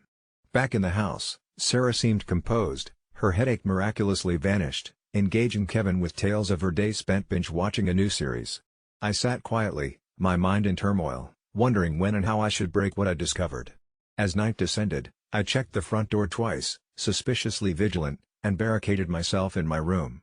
Sleep eluded me, replaying her words, the cabin, the man, over and over until dawn. In the morning, I decided to confront her, cornering her while Kevin showered, but she preempted me with a shocking calmness. "I know what you think you saw," she began, her voice low and measured, "but there are things you can understand, things better left alone." Her eyes bore into mine with an unsettling clarity that chilled me to the core. I realized then she wouldn't just let me turn my back on her secrets, she had already calculated the risks and maneuvered closer into our lives. Her tone shifted, now almost pleading as she spun a tale of necessity and blackmail, painting herself a reluctant participant in whatever malevolent drama the cabin housed. "You can't say anything," she implored, "for Kevin's sake." The grip of uncertainty tightened around my resolve. I knew Sarah was far from innocent, but now it seemed that punishing her would also ripple into my brother's life, dragging him into chaos. Retreating back to my room, I mulled over what to do, doubt gnawing like a relentless parasite. And that's how I find myself here, tossing my story into the void of the internet, seeking advice from nameless strangers, haunted by the question, am I the asshole for walking the tightrope of family loyalty and moral duty, knowing that whatever step I take will unravel a tapestry of lies, or let my brother sink further into deception? Breaking into homes wasn't new to me, it was practically a routine, a twisted game of cat and mouse where I always emerged the unscathed victor. This night, though, was different. I'd scouted the neighborhood for weeks, pinpointing the perfect target, a decaying house on the end of a cul-de-sac, windows blind with dust, grass in an eternal battle with weeds. Every story I heard whispered the same thing: the old Mason place, they called it, had been vacant for as long as anyone could remember. Kids dared each other to knock on its door, urban legends swirled about restless spirits and vanished vagrants. To me, it was a dark jackpot, a place with history and tradition begging to be part of my less-than-legal activities. Under the cloak of night, I cut across backyards, the moonless sky a hindrance to comfort but a boon for concealment. The house loomed ahead, a monolith of neglected American Gothic with its sagging wooden porch and creaky weathered boards. I glanced over my shoulder, checked to ensure the street was emptied of anyone who might pry, and reached for my tools. The lock on the back door offered little resistance, mere moments of persuasion with my picks and it yielded with a satisfying click. Inside, the air was stale, heavy with the scent of mildew and something metallic I couldn't place. My flashlight carved a path of light through the darkness, illuminating dust-laden surfaces and forgotten furniture covered in white sheets. The place screamed of abandonment, but underneath that, something lingered, the feeling of being watched, of not being alone. I shook off the sensation, accrediting it to old nerves and adrenaline, trying to focus on the thrill of the hunt. My feet creaked against the wooden floor as I made my way through cavernous rooms, untouched by time but marked by its relentless progression. Personal items were scarce, hinting at the previous occupant's hasty departure, half-filled moving boxes and a scattering of belongings. The walls whispered secrets, the gentle tingle of a breeze slipping through broken windows carrying with it voices too quiet to hear. At one point, the beam of my flashlight caught a portrait on the hallway wall, faces frozen in time, two adults and a child, staring out with eyes that seemed almost too lifelike. An odd shiver ran down my spine, a primal instinct urging me to leave, but curiosity had always been my downfall. Drawn by some unseen force, I navigated towards an arched doorway leading into the house's depths, the basement stairs yawning in front of me, a maw of darkness beckoning like a siren's call. The steps creaked as I descended, each groan resonating in the confined space, echoing an eerie lullaby. At the bottom, my light caught stone walls lined with shelves overstuffed with jars, each filled with cloudy liquid and shapes I couldn't quite discern. Then I heard it, a whisper, so soft I nearly dismissed it as a trick of the echo. "Leave," it said, a sibilant hiss that sent ice through my veins. I froze, flashlight clutched like a lifeline, my brain debating flight even as my body stood inert. The words seemed to float around me, taunting, questioning my audacity to invade this space. My hand jerked, sending the flashlight beam dancing wildly across the room, revealing more than I intended to see. Along the far wall, a section looked different, as though the bricks had been haphazardly replaced. Gouges marred their surface, frantic scratch marks trailing off into a mess of reddish stains. My heart pounded louder, its rhythm matching a distant thumping that wasn't mine. "Leave," the voice coiled around me again, this time more insistent. I panicked, the realization that I wasn't alone gripping me with icy fingers. Light began to shift around the room, not from my flashlight, but from the walls themselves pulsating with a luminescent shimmer that outlined faces beyond count, expressions twisted in a symphony of anger and despair. Desperation clawed at my chest as I stumbled back, my mind convulsing at what should be impossible. In my frantic retreat, I collided with a shelf, jars tumbling and shattering, their acrid contents releasing a miasma that filled the air with sulfur and decay. The room growled around me, anger incarnate, the faces merging into shapes that hungered for mercy. A scream built within me as if the walls themselves were draining the noise, devouring my terror to fuel their damnation. Detached from reason and gripped by primal fear, I bolted up the stairs, each step feeling more like a battle against unseen hands. Behind me, the rumble grew in intensity, a cacophony of human shapes born from a malicious souvenir and unfinished business. Escape was the only thought that mattered. The house seemed to resist my departure, its doors closing ahead of me, a labyrinth designed to consume trespassers whole. Clawing through the dim corridors, I reached the back door, my salvation just a lock turn away, only to find it immovable as if welded shut by some supernatural force. "Leave," the cacophony moaned, and this time, I understood, it wasn't a warning, it was a curse. With desperation tainted by acceptance, I resigned myself to a mad dash for a window, where a century-stained latch grudgingly gave way, the glass splintered as I barreled through, landing in a heap on the lawn outside. My breath came in ragged gasps as I crawled away, never daring to look back at the place that still hissed my name, alive in ways stone and timber should never be. The town would never talk of this whisper again, refusing to acknowledge masonry secrets or scented souls tethered to eternity. But I knew, oh, how I knew, attuned to its memory, a reminder branded upon my psyche to revere boundaries not meant to be crossed. It was the hottest summer day we'd had all year when my so-called friend Lisa asked me to accompany her to the county fair. I should have known something was off when she insisted we ditch our group and go alone. Just us in the blazing sun, dragging our shoes through melting asphalt as vapors seemed to rise like ghostly fingers around us. After a couple of hours enduring the heat and overpriced rides that seemed to spin on forever, I found solace in the form of a shimmering ice cream truck, its presence a beacon of hope in the undulating waves of heat. I splurged on a double scoop of cookies and cream, the cold sweetness melting perfectly against my tongue, easing the fire that lived in my chest. Lisa had scoffed at the idea, her face twisted in mock disgust as she turned down my offer to get her a cone. "I can't bear the calories," she said, inspecting her reflection in the small mirror she always carried. But now, as we strolled past the Ferris wheel, its chains groaning like echoing whale songs caught in storms, she changed her tune. "Let me have a lick," she said suddenly, her eyes glinting in a way that made my grip on the cone tighten involuntarily. Perhaps it was the outlandish request or the way she said it, half command, half supernatural demand, but a chill snaked down my spine not unlike the frost of the treat I held. "No," I said simply, with a laugh I hoped sounded nonchalant, but in truth, her bizarre entitlement to my dessert had triggered a primal sense of protectiveness over such an innocent pleasure. Her smile faltered slightly, a storm brewing beneath her mascara-laden lashes. A rustle of whispers seemed to swirl between us, though the fairground was sparse, nearly deserted but for the echoes of distant screams of joy and terror from the rickety roller coaster. It was as if the air hung heavy and pregnant with something unsaid. "You're serious?" she asked, her voice lilting upwards like the cracked notes of an untuned piano. "It's just one lick, don't be such a control freak." But beneath her words lay an undercurrent I'd never noticed, and suddenly the world seemed slightly askew, like a picture frame hung deliberately askew so your eyes would constantly twitch. "Yes. It's mine," I blurted, fully aware of how childish it sounded but driven by some instinct I couldn't ignore. Her eyes flickered, casting strange, elongated shadows on the ground. A gust of wind wrapped around us, cold like a lover's absent touch in the solitude of night. The air felt thicker, as though teeming with something unseen and intangible. Lisa pursed her lips, a daguerreotype of discontent flashing across her face, and for a disorienting moment, I thought I glimpsed something behind her eyes, a ripple of darkness, an ancient emptiness, that seemed to reach out like tendrils from an abyss. Just for a moment, the fair's noises dimmed, the vibrant colors drained away, and I felt inexplicably hollow, my heart pounded with an urgent pulse echoing inside my head. Her gaze pierced through me, and without words, she somehow commanded an awful dread. "It's just ice cream," she repeated slowly, her voice reverberating like stones skipping across haunted lakes.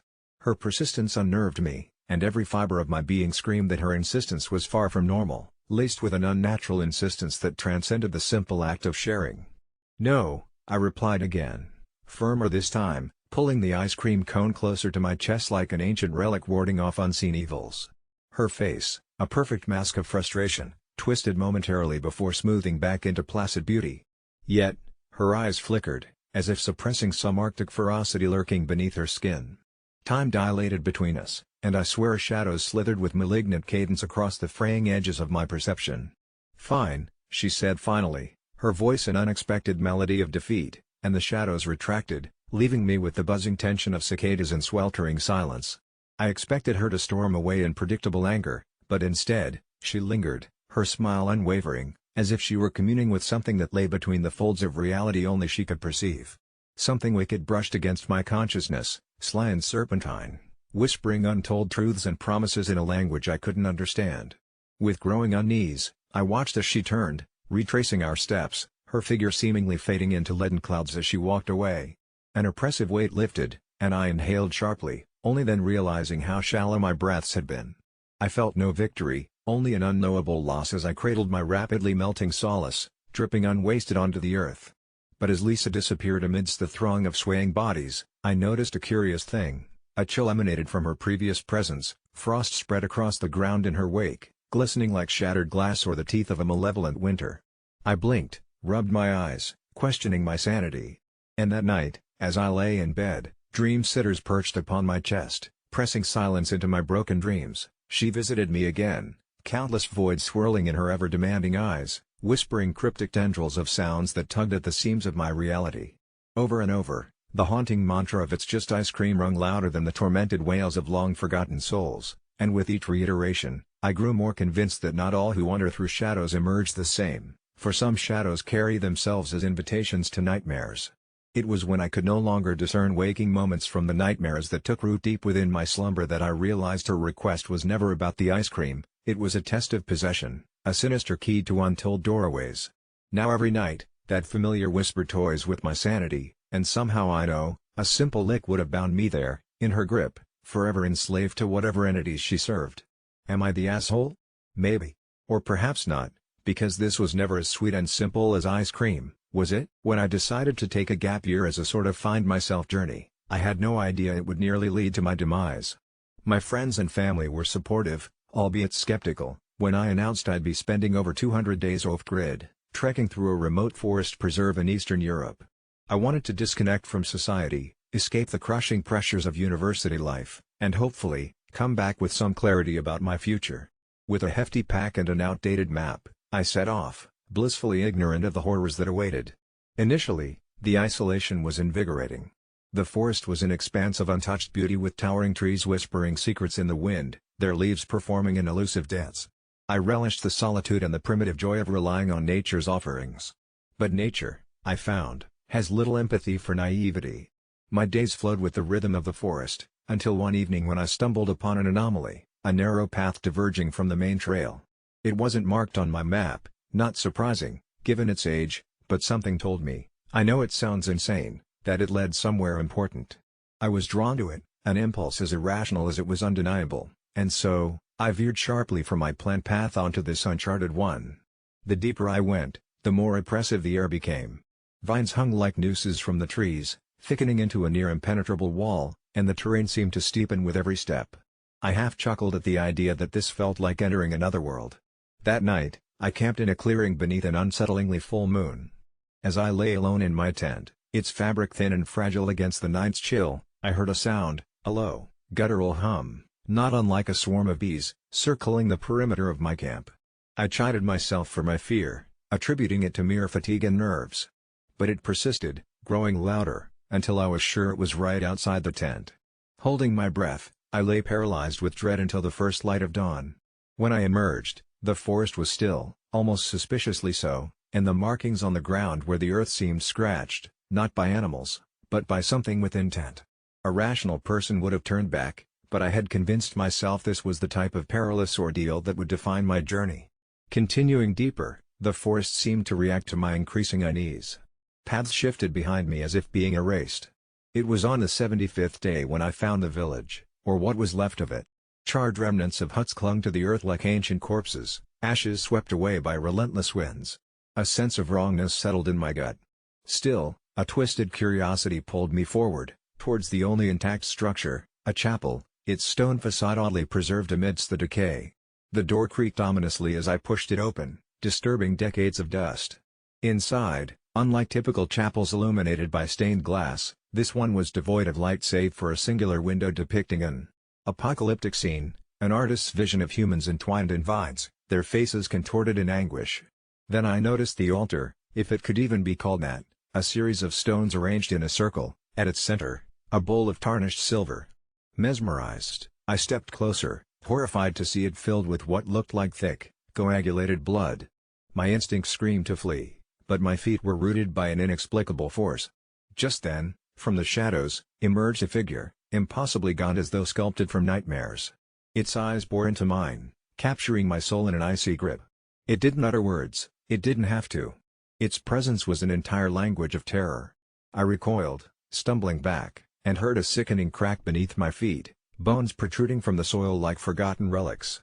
Panic surged, I ran, not stopping until my lungs screamed for air. Weeks turned into a blur of survival, each night haunted by the inescapable hum, no longer bees but a symphony of whispers, always around me, questioning, accusing. I ran out of food first, then hope, roaming the forest that had become a hellish labyrinth.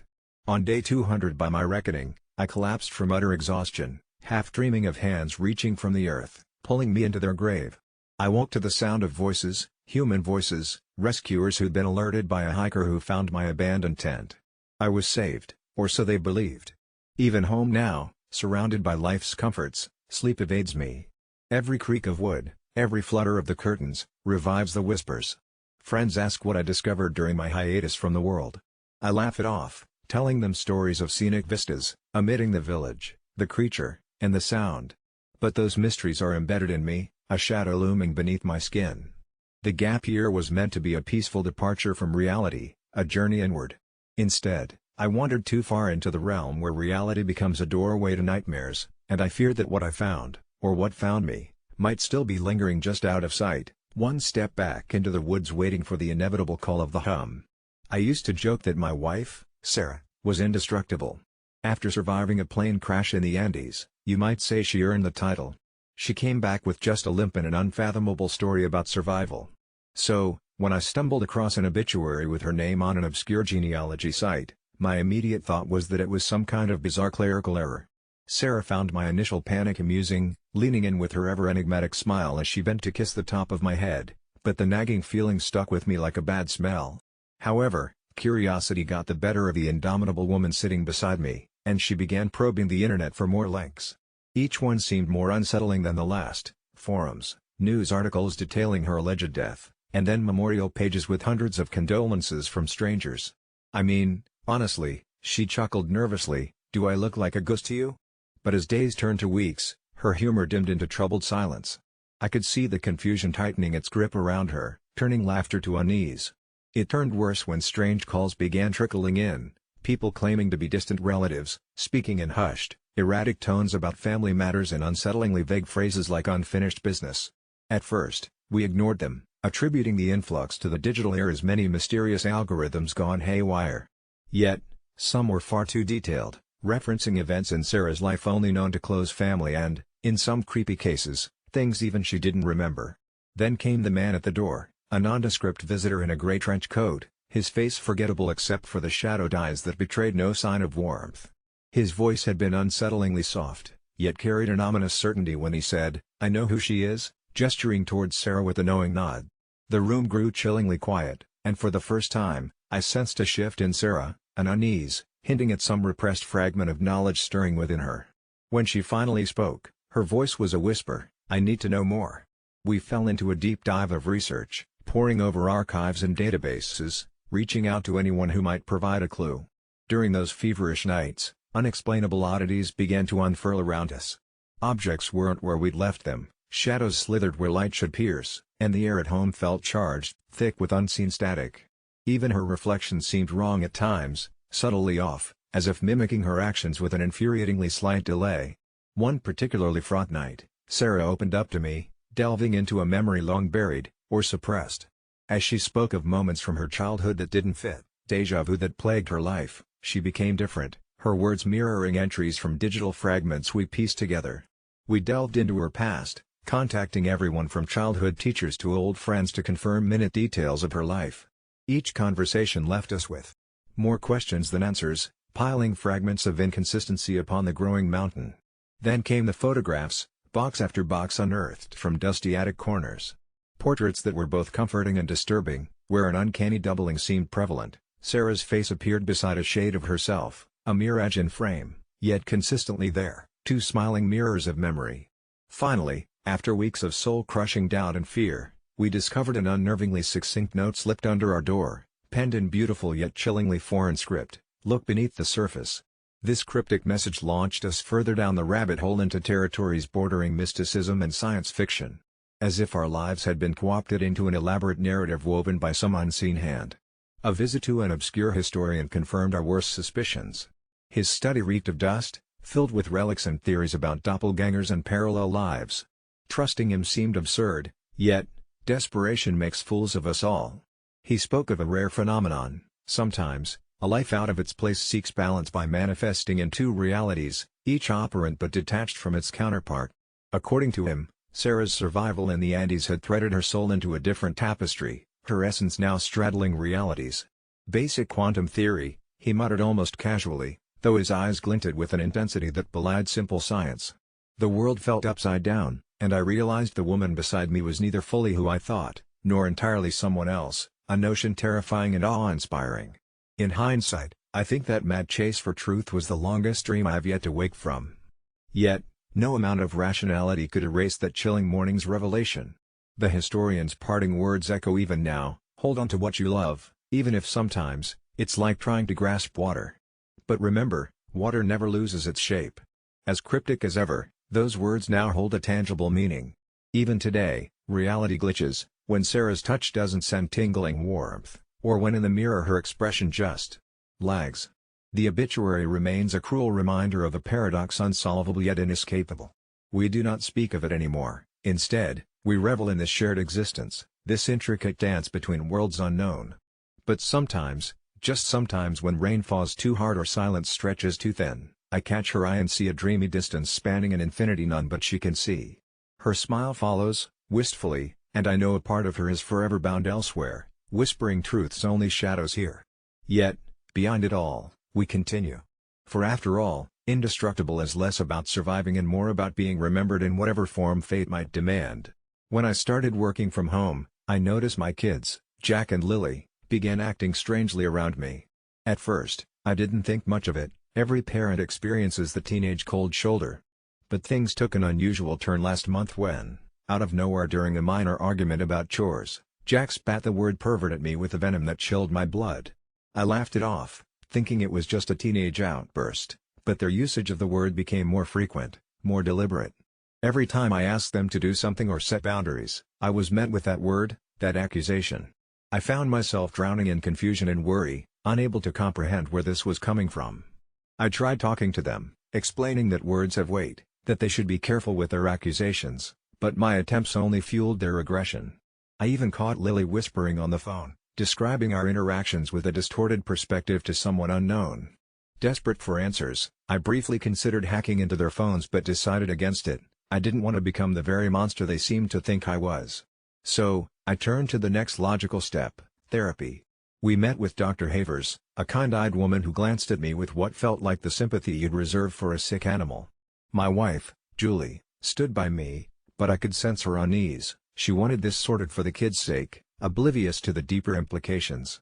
During the session, the kids remained eerily silent, stonewalling any progress. Dr. Havers suggested family activities to rebuild trust, but it was during these sessions that the whispers returned, louder and more dissonant. One night, I overheard Lily recounting our therapy details in excruciating detail to someone through the thin walls. Curiosity finally overrode my ethics.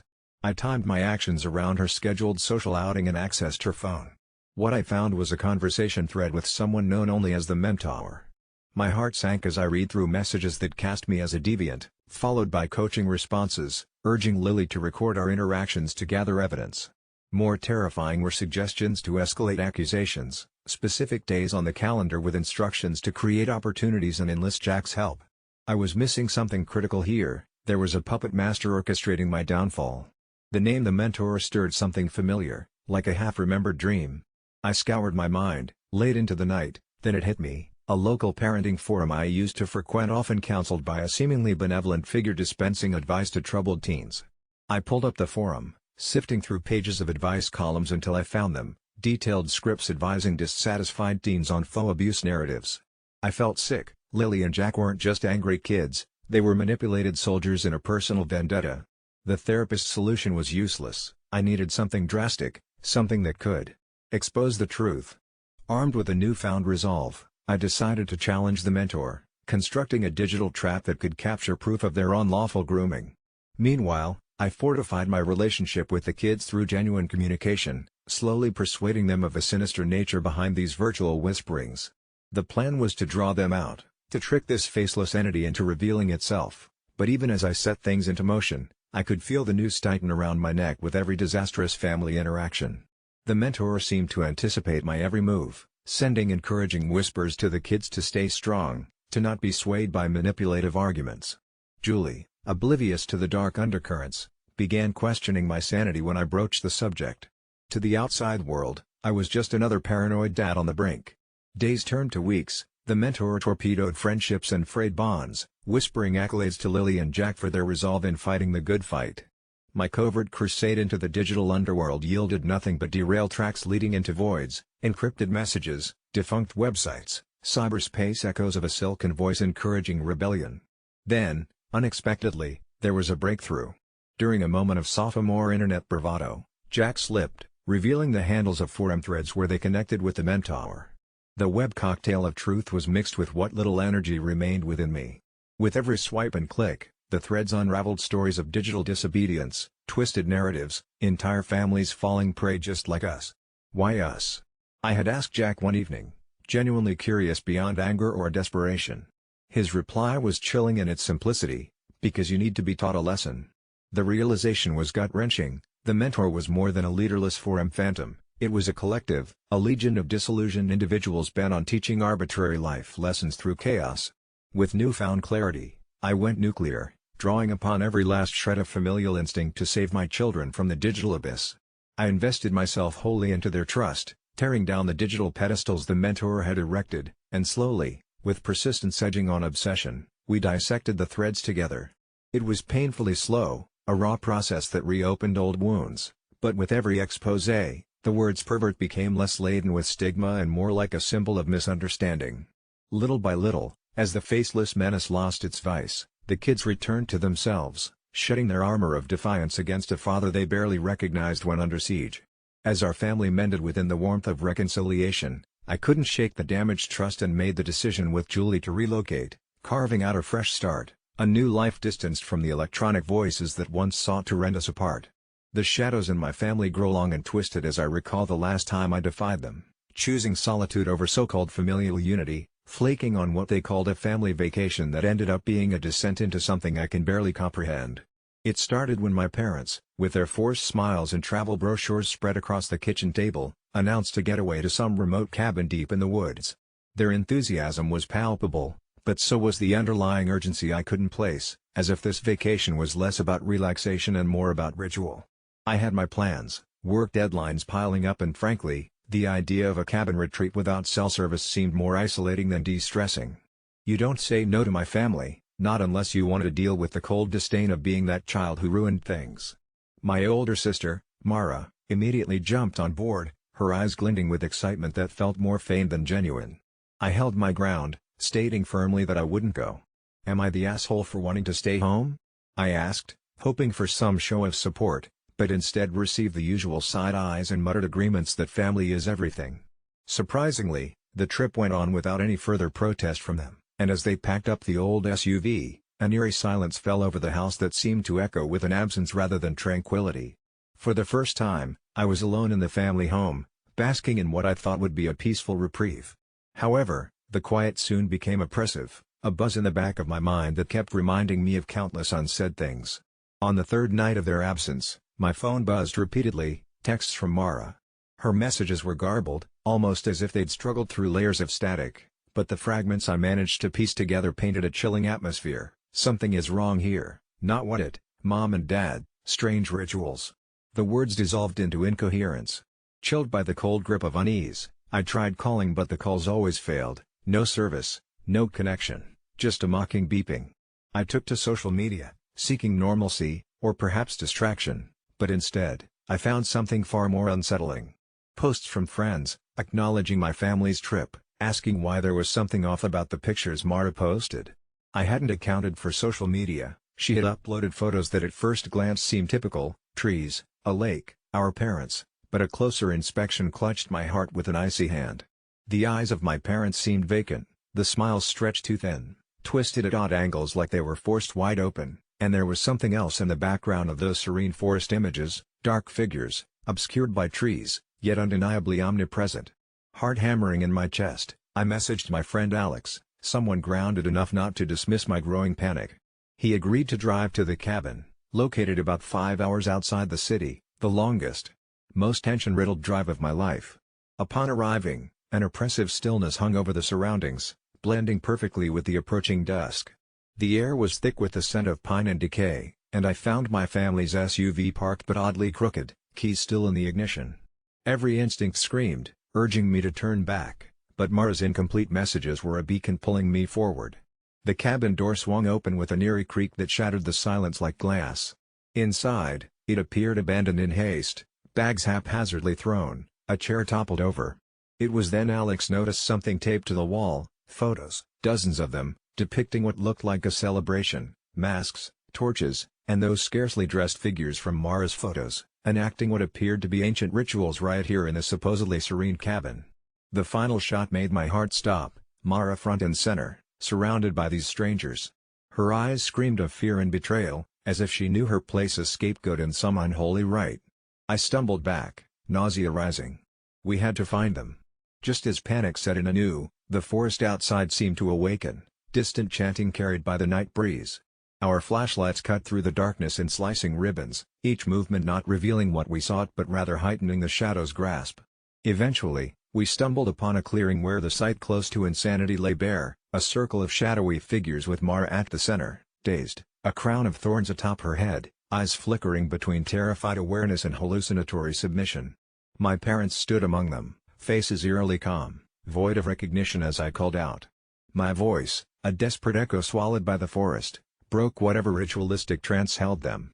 For a moment, reality seemed to shudder, vibrating between ancient impulses and modern consciousness. The followers, once shadows, dissolved into the darkness, leaving only my family, visibly shaken and confused, as though waking from a nightmare. The morning came harsh and surreal, colors too bright, yet the night's horrors refused to fade. No one spoke on the ride back, the air thick with unspoken agreements never to speak of this, to question what indeed happened, what we had become a part of, knowingly or not. As days turned into weeks, I still couldn't shake the feeling of being watched, especially during twilight, where the setting sun made the shadows long and twisted once again, reminiscing of their untold rituals. And every so often, a garbled text from Mara would arrive, warning, or perhaps reminiscing, "It's not what it seems, always watch."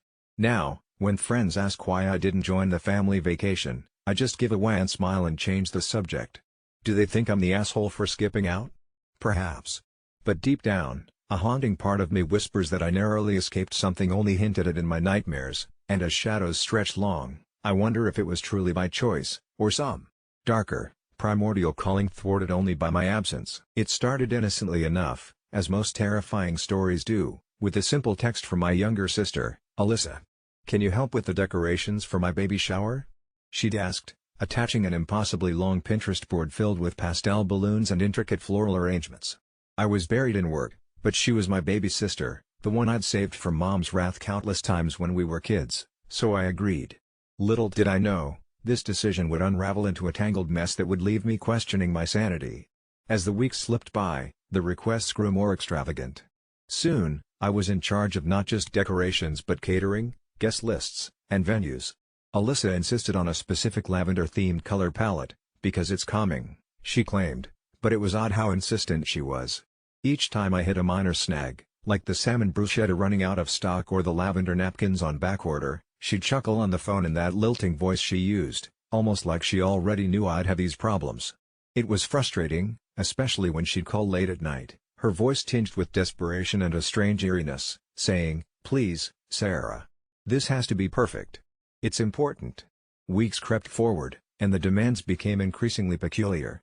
She wanted a specific brand of crème brûlée flown in from Paris, a harpist who'd play certain keys only during sunset, and, unreasonably, that every attendee wear a lavender-hued outfit. It was as if this shower was the pinnacle of her existence instead of a joyful gathering to celebrate new life. Then came the phone calls. They'd start with Alyssa's tremulous voice, but slowly diminished into jumbled whispers, almost like multiple voices talking over each other, all insisting on how the event had to meet a specific, almost ceremonial standard. Each time, I'd hear what I thought was another voice underneath hers, deeper, ominous, telling me in an undisputable tone to deliver. It was as if the baby shower had morphed into some sacred rite, with rules and rituals I dared not break. Days before the party, my exhaustion turned into paranoia. I'd hear rustling and whispers whenever I scrolled through that damned Pinterest board Alyssa was obsessed with, as if those pastel decorations and floral arrangements were trying to convey some cryptic message I couldn't fathom. An unsettling déjà vu tickled the back of my mind whenever I'd see those lavenders, familiar, yet impossibly out of context. It all climaxed a night before the shower. I was setting up at the venue, a remote, plush garden Alyssa had picked for its atmosphere, when an icy wind grazed my skin, and I froze. As I turned to grab the last strand of garland, I saw them. People, not relatives or Alyssa's friends, but figures dressed in anachronistic clothing, peering from behind the bushes, eyes glazed in anticipation like porcelain dolls waiting for the curtain's ascension. Their clothes, all lavender shades, dulled by age or maybe something else, almost like they were. No. I shut my eyes hard, attributing this to stress hallucinations. But it wasn't just that, I felt it in my gut, a lurch like a predator caught scent of me. I returned home, shaking off the cold embrace of that cursed venue, still trying to rationalize everything. That's when Alyssa's final call came in, jagged and warped across the static phone line as she plotted the shower's timeline once more.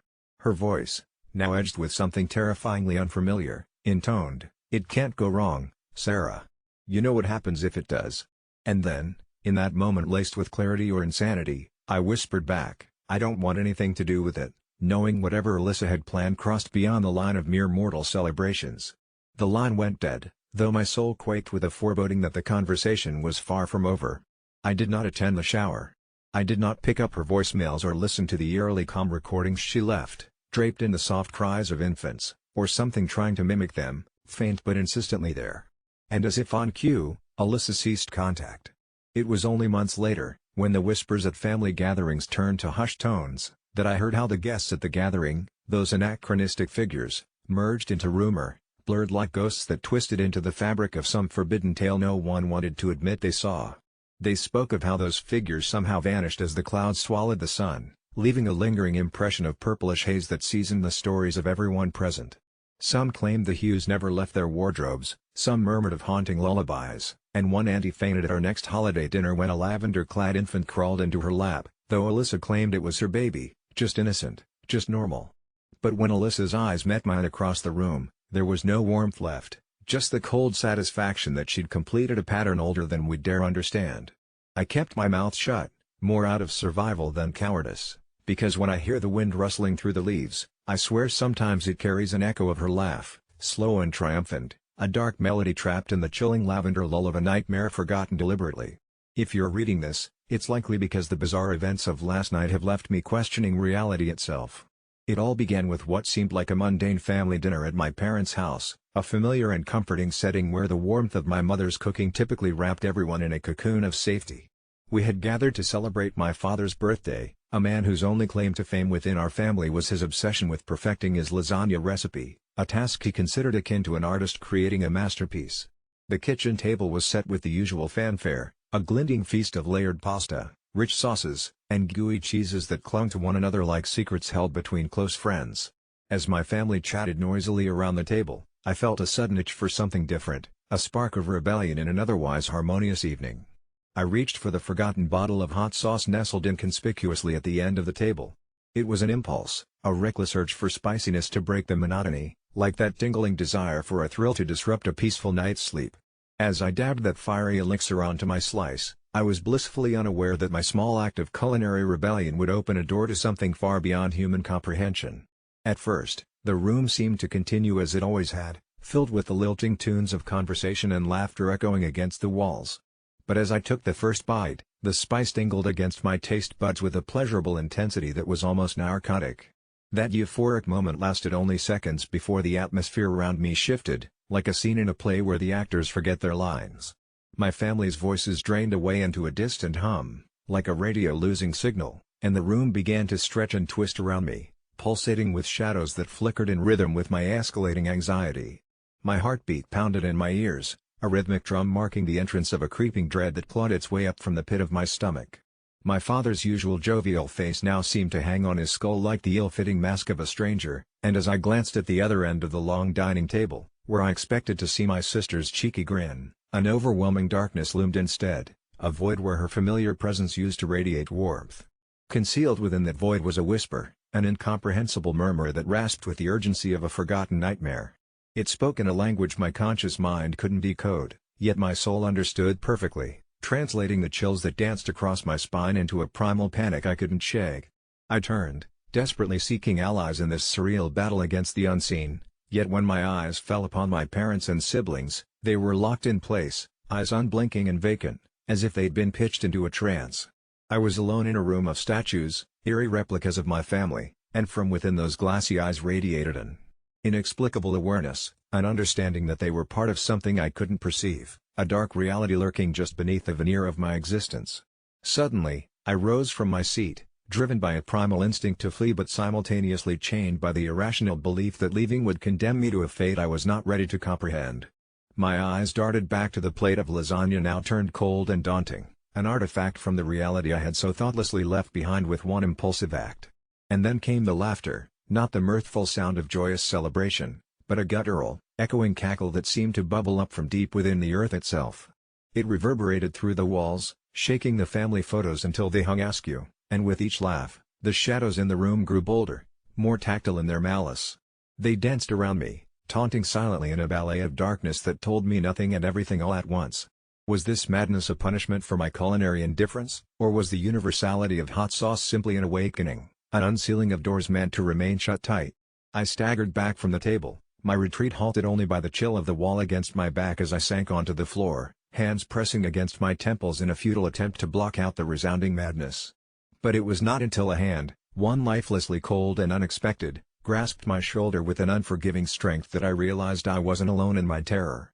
A presence loomed behind me, indistinct yet real, its breath freezing the air upon my neck, whispering a mockery of existence itself as the real words it spoke slipped beyond my grasp like water through clenched fists. "Do you see now?" It whispered, each syllable a serrated edge slicing through my sanity. "Do you see the truth of what you dared to taste?" I dared not answer, could not breathe under the weight of its ancient, unfathomable malice. With a final surge of defiance, I twisted away, breaking free from its grip only to find myself back at the table, surrounded again by the pretense of family and comfort. They were talking as if nothing had occurred, as if reality had snapped seamlessly back into place, a twisted reminder that perhaps I had never left it. I stared numbly down at the heap of lasagna on my plate, the hot sauce now entirely absorbed into its folds, hinting at no evidence of the supernatural calamity it had unleashed. My family resumed their chatter, unaware of the dim specter of terror that had passed through our lives like an undetected virus. But within me lingered a dread I could neither shake nor explain, a seed of doubt in the fabric of what was real. Desperate, I shoved the lasagna away, the lingering smell of heat and spice curdling in my nostrils as I wondered if I'd summoned something that would never quite release its hold. I knew then that my life would never slip back into the comforting monotony I craved, that every echoing laugh and flickering shadow would forever carry the weight of that unspeakable presence. And as I bid my family goodbye, driving home through the night, I could almost see its eyes in the shadows cast by the streetlights, hear its insidious whisper in the rustling trees, reminding me that I can never escape what I'd tasted, annihilation sealed by the simple dip of lasagna into hot sauce. When I first insisted my mom stay with me postpartum instead of rushing off to see my sister-in-law who was also due soon, it seemed like a logical request. My mother, known for her doting nature, was torn between her duties. At the time, I didn't think much of it. Our family was close, and the idea of hosting 2 newborns and 2 recovering mothers simultaneously was already a challenge. My husband, Ryan, supported the idea. After all, after years of barely seeing Mom due to her devotion to my brother, it was about time I had a chance to bond with her, especially at such a crucial moment in my life. But I had no idea how twisted things would become. Mom reluctantly agreed, and when my due date came, she was there, clutching her overnight bag and a sense of unease that only I seemed to notice. My sister-in-law, Jenna, was due a week after me, but my brother lived several states away, making simultaneous support impossible. I selfishly thought, just this once, let me have Mom to myself. The birth was a blur of beeping monitors and sterile smells at the hospital. Once I was finally holding my daughter, Aurora, in my arms, there was a peace that settled over me. Little did I know it was the last peace I'd feel for some time. Mom was a comforting presence at first, organizing meals, holding Aurora while I stumbled through the exhausting cycle of sleep and feeding. But at night, strange things began to happen. The first incident occurred 3 days after we brought Aurora home. I awoke to the feeling of someone watching me. In the dim light, I could see a figure standing in the corner of our bedroom. My heart pounded until I realized it was just Mom, staring at us from the shadows. "Mom?" I whispered, groggy and confused. She didn't respond immediately, but eventually, she turned and walked away without another word. The next morning, I questioned her about it over breakfast. I must have been sleepwalking. She laughed it off, yet a strand of unease lingered. That day, I caught her humming a lullaby I didn't recognize. It wasn't strange for her to hum, but something about the tune chilled me to the bone. Aurora, usually an angel, began crying in fits unlike her usual hunger cries. They were sharp, almost as if she was in pain. I attributed it to colic until Ryan came home early one evening and stopped dead in his tracks, listening. "What's that song?" he asked warily. Mom froze, her smile abruptly vanishing. "Just a nursery rhyme from my childhood," she answered, but Ryan, unnerved like I was, insisted he'd never heard any song like that before. The nights continued to darken. I found myself staying up longer, despite my exhaustion, just to watch over Aurora. One night, footsteps echoed down the hall, and I was drawn to the sound like a moth to a flame. I peeked out and saw Mom at Aurora's door, whispering something softly as her fingers traced the air above my daughter's crib. When she turned and saw me, her hand jerked back. "She's just so beautiful," Mom whispered breathlessly, her eyes wide and unblinking in the dim light. Something was off, and Ryan felt it too. We agreed to install a baby monitor with a camera, just to see if we could catch what was going on. What we saw the following night, though, made my blood run cold. Around 3 a.m., the feed showed Mom entering Aurora's room. She leaned over the crib, humming that creepy lullaby again, but this time, the air seemed to shimmer. As she hummed, Aurora seemed to settle, her cries abruptly cutting off, replaced by an eerie silence. But then, something unexplainable happened. Aurora began levitating a few inches above her mattress, her tiny body floating as Mom continued her song. I showed Ryan the footage immediately, and we both confronted Mom the next morning. Her reaction was unlike anything I expected. She burst into tears, pleading with us to let her continue. "It's for Aurora's own good," she claimed, but her explanations were jumbled, hysterical. To protect her from Jenna's baby, she finally confessed in a whisper. My heart dropped, the room seeming to spin. "Jenna?" I echoed, not understanding. Mom revealed that in our family, there had always been a second purpose to the lullaby, an ancient rite passed down to safeguard one child above another, but only one. I was incredulous. How could she choose one grandchild's well-being over the other? Realizing Ryan and I were resolute in stopping her rituals, Mom became frantic. "You don't understand what you're dealing with," she shouted, her voice filled with a terror that made my skin crawl. It was as if she truly believed Jenna's unborn child posed an unimaginable threat. We sent Mom away, feeling haunted by her warnings, hoping things would revert to normal. But they didn't. Aurora's cries intensified, often hallucinating bursts of the lullaby floating through the air. We began hearing things, seeing flickers of movement in the corners of our eyes. I swear there were whispers in that strange language woven into the lullaby, words I didn't know yet had terrible weight. Ryan stayed up late with me, clutching Aurora, who began sprouting ominous bruises and scratches that no pediatrician could explain. One afternoon, my brother called, his voice tinged with despair. Jenna had gone into labor, but something was wrong. It was too early, the baby was breech, and doctors were racing against time to keep them both safe. The line was filled with screams, my brother's, Jenna's, even the garbled cries of his newborn, ear-piercing, inhuman. Time seemed to stretch as I sat there frozen, unable to help, unable to block the sound even when I pressed the phone to my chest. Suddenly, the wailing quieted, leaving a chilling silence that vibrated between us. Then Jenna's voice, calm and distant, drifted through the receiver, like she was whispering directly into my ear. "It had to be this way," she murmured, and I hung up in horror.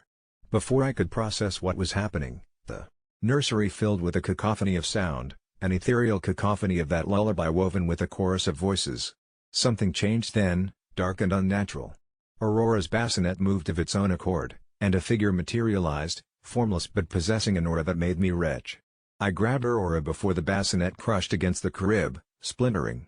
Ryan shouted, grabbing my arm, pulling me backward just as shadows surged towards us, growling menacingly. With Aurora in my grip, we fled the house, the chorus of the forgotten lullaby chasing us into the night. We haven't returned since. The footage we showed to whoever would listen was called a trick of the light, a corrupted file. But Ryan and I know the truth. I may have acted selfishly, demanding my mom's presence. I may have disrupted a necessary balance, igniting a series of events that were never meant to be. Now Jenna and her child are otherworldly whispers on the wind, and my once beloved mom is untraceable, leaving behind a home engulfed in haunting melodies and flickering shadows. So, am I the asshole for wanting my mother's help? Or was our need for her presence an echo in a family curse, beckoning back something that should have remained forgotten? If mistakes were made, I say they were mine to bear, but the cost, oh, the cost, is something I wouldn't wish on my darkest fears. In the eerie silence, as I hold my daughter close, I pray the lullabies don't follow us anew. Sure, here's a story inspired by the title and designed to reflect the style of r/no-sleep subreddit posts. When I first grounded my 15-year-old daughter, Lily, for coloring her hair, I never thought it would unravel into something beyond any parent's realm of experience. It wasn't even about the hair color, midnight black with streaks of violet, but more about her doing it secretly at a friend's house overnight, returning the next morning with a smirk that screamed rebellion. After all, in a small town like ours, everything drips with gossip and expectations. Though I was strict, My wife always said boundaries made children feel safe, and since her passing, I've tried to be both the anchor and the ship for Lily. But last Friday changed everything. When Lily clicked the bedroom door shut, the sharp click resonated like a countdown to an unseen climax, spiraling the mundane into the surreal. Strange things began to happen in our small, creaky house perched on the edge of the woods, a house, I might add, with a history long intertwined with whispered tales of hauntings and echoes of lost children murmured in the dead of night. The first night, I heard whispers shimmering through the walls, like the crackling static of an old radio with a twisted dial, as if the house was tuning into some otherworldly station. Chalk it up to my overactive imagination or parental paranoia, I ignored the haunting murmur in favor of a glass of whiskey. But it was hard to ignore what happened at exactly 3:15 a.m. when the power blew, plunging the entire house into absolute darkness before flickering back, a strobe effect betraying the sinister silhouettes that seemed to dance just beyond the grasp of shadows at the edge of Lily's room. I barged in, calling her name, only to find her sitting cross-legged on her bed, her hair faintly luminescent in the moon's silver glow filtering through the window. Her eyes were wide open, but disturbingly blank, like she was reading something invisible to all but her. When she spoke, it wasn't her voice, it was like several voices tangled together, speaking through her entangled threads of history and time. I swear one was my wife's soft lilt entwined among them, giving me chills. "Only boundaries that are real can bleed," she said, her mouth forming the words with unnatural precision. Moments later, she blinked, gasped, and clutched her head as if awakening from a fractured nightmare. The color leached from her hair into the room's ambient light, leaving me questioning my grip on reality. I tried calling our town's only psychiatrist, Dr. Weathers, but his office phone droned endlessly, no doubt silenced by a storm wreaking havoc on communication lines or perhaps by the whispering conspiracy of fate itself. The dawn broke, dull and tired, as shadows reluctantly peeled off night's cloak, retreating with one lingering gaze back at us, now housed in an uneasy purgatory. Exhaustion knitted itself into the fabric of the following days as Lily seemed fine, oblivious to the nightly events, her life meshing perfectly with the humdrum of teenage existence, full of forgotten homework and secretive conversations with friends whose voices cracked with growing maturity. However, the house knew different, its sentience revealing in flickering lights and footsteps echoing in the silence when no one was there. Desperate, I dove into the town archives, chasing the paper trail of Hawkins estate folklores, where my research unveiled chilling narrative threads. Our house was built on land darkened by sacrifice and secrets, a patch of cursed earth, they said, laden with iron blood promises and twisted rituals dating back generations to settlers who claimed their progeny could harness a rare gift, a link to both seen and unseen. That realization shattered my skepticism like a dark mirror. As the third night descended, thick with an ethereal mist outside, my worst fears were realized. Lily, lure for such malignant presences, was again occupied by a fleet of voices beyond time's narrow corridor. This time she directed me outside, compelled by an unseen urge, her shadow moving with the eerie grace of something not altogether bound by the physical laws of our world. The night air bit with the sharp teeth of winter's imminent approach as we reached the old well at the edge of our property, an ancient stone gullet of earth posteriorly hidden beneath decades of overgrowth. Lily knelt and placed her hands on the stones, humming a song long forgotten, words twisted like thorns caught in a wind, yet strangely comforting in their dissonance. Her hair, silken threads of universe's tapestry, shimmered once more. The earth tremored, obedient to some clandestine summoning, and began to whisper back, an unintelligible cacophony, entangled whispers from the bones of the earth echoing with nightmarish history. I fumbled for my cell, shook it violently against the likelihood of it having mysteriously died at this perilous hour, but the lens captured an apparition gravely superimposed upon my daughter's frame, silhouettes of colonial children, streaked with otherworldly luminescence, staring with eyes that mirrored nothing but the infinite. Overwhelmed by a relentless barrage of emotions and primal fear, I reached for her, ripping her away from the edge, and as the vision faded like dissipating clouds, our house felt different, as if a titanic weight had been lifted. It was suddenly just a house again. The whispers ceased, leaving a silence thicker than the greatest cacophony I'd ever known. In time, Lily sobered from her transdimensional reverie, her hair finally dimming to a deep brown chestnut, a grandeur locked away perhaps for future unearthing, a family Pandora's box now closed and hidden forever. The incident forged in us a bond, an unspoken understanding of boundaries not meant to be challenged, not unless we were willing to face bleeding truths laid bare by unseen forces. We gradually mended the fracture in our relationship, the rift now sewn shut with an enforced tenderness and a vow, locked in the depth of our eyes each time her hair shone in the sun, not to disturb the roots hidden in the darkness again. So was I the asshole for grounding her? Perhaps in thoughtless diversions, but beyond, in fathoms dark, I perhaps saved us both from becoming just more whispers on the wind. I never thought I'd be the one writing here, sharing something so bizarre it might shatter illusions of sanity, yet here I am. It started when Alice, my cheerful 8-year-old daughter, began exhibiting some unsettling behavior, something that has gnawed at the very edges of my reality. We live in a quiet suburb, where neighbors exchange smiles over fences, and the most scandalous gossip involves stray cats and misplaced garden gnomes. Nothing ever happens here. But everything shifted within the walls of my own home about 3 months ago. It was an ordinary evening when I realized something was not right with Alice. Although incidents began subtly, like when I found her speaking softly to the closet as if it were a friend. "Who are you talking to, sweetie?" I asked lightly, half expecting an imaginary friend, a rite of passage for children her age. Alice simply turned to me, her face a mask of confusion, and said, "Can't you see him, Mommy? It's Owen. He says he's from before." A chill crept down my spine, but I dismissed it, assuming it was just an odd phase. But over time, her conversations grew more complex, involving details that an 8-year-old could not have concocted. They were full of a history she had never learned, with chaotic whispers of places and times none of us had ever been. Then came the drawings. At first, they seemed like the typical scribbles of a child, vibrant and rough. But soon, they evolved into unsettling depictions of faces that were almost lifelike in their grotesqueness, accompanied by strange symbols that seemed ancient, etched with an eerie precision. My husband, James, reassured me, attributing her creativity to our genes as he was an artist himself in college. I tried to shake the growing unease, but then there were the nights where shadows seemed to live within her room, moving inexplicably as if her words had summoned unseen guests. One stormy night, power flickered from the heavens, the room falling into an ominous glow, and I heard a muffled giggling from her room. I opened the door stealthily, only for the light to burst back alive, revealing Alice mid-conversation with thin air, her gaze unsettlingly focused. The room went cold, the type of cold you feel in your bones, despite the howling summer winds. "He says the light hurts him," Alice explained nonchalantly, pointing to the oldest corner of the room, a spot that had always inexplicably felt a degree colder than the rest.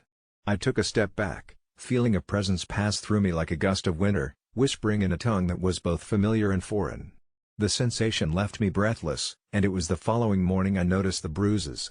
Faint, translucent markings on Alice's arms, shaped like fingerprints but disappearing much too quickly to be examined closely.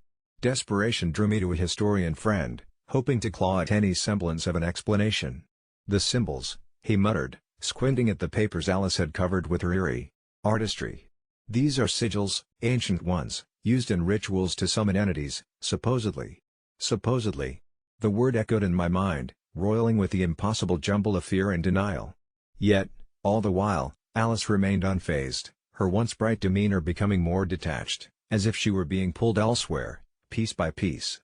I soon started experiencing sleep disturbances, vivid nightmares where shadowy figures would beckon me, scalding me with their icy touch. Shadows that resembled the faces Alice had drawn, as if trying to reach out beyond the canvas into her waking world. I would wake to find Alice standing by her bedside, staring at James or me, her eyes cloudy as if she weren't herself. When confronted, Alice mentioned rememberings of another era, flashes of life interwoven with ours. She called them echoes, fragments of past lives yet to fade away completely. "Owen says it will be okay," she'd repeat, her voice a thing of comfort despite the horror of her words. We sought help, a psychologist, who dismissed it as a vivid imagination seeking attention, completely ignoring the etched oddities continuing to scratch across our reality.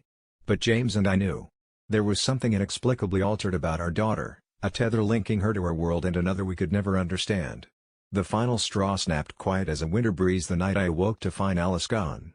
Frantic, we searched the house, only to see the front door ajar, swinging open slowly as if summoned.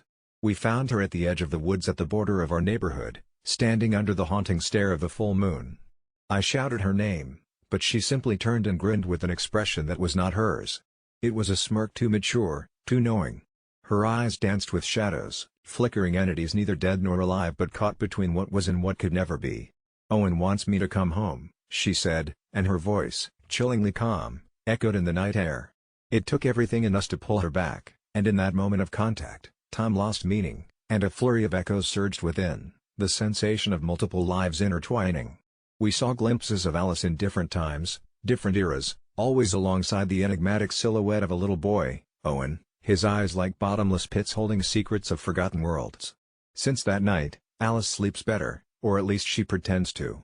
There's a tranquility that she exudes now, one that's oddly unnatural, knowing. But I no longer feel safe under the same roof, as if I'm sharing my daughter with something beyond my comprehension. The bedroom corner is colder still, and sometimes, reflections in the mirror seem to lag, replaying moments in a disjointed echo as if time there does not adhere to the same rules. We're reaching out to specialists in paranormal studies, as much as the idea terrifies us, for the gravest fear lies in not knowing what we have allowed into our lives. All I know is, something is not right with Alice, and whatever it is, it's growing stronger with each passing day. Every Friday, the world as I know it peels away like layers of dead skin, revealing a hauntingly abandoned version beneath, and I wish I knew how it began or why it chooses me. I used to look forward to Fridays, just as any other employee would, marking the end of another grueling week, planning for 2 days of freedom. But now, it's a day I dread, even as I cross the threshold of sanity, one toe at a time, into the clutches of something unspeakable. It started innocuously enough, a flicker in my peripheral vision while riding the bus home, a sensation as if someone or something brushed against me when my apartment door swung open on its own. Passing it off as fatigue-induced hallucination seemed reasonable until reality itself began to warp, first slightly and then more distinctly. At exactly 9:27 p.m., every Friday, I'd find myself awake in my dimly lit apartment, music and voices from neighbors fading like the distant hum of half-remembered dreams. Yet, upon stepping outside, the world I encountered resonated emptiness. The traffic lights blinked in vain over desolate streets, leaves whispering secrets among themselves in the gentle night wind.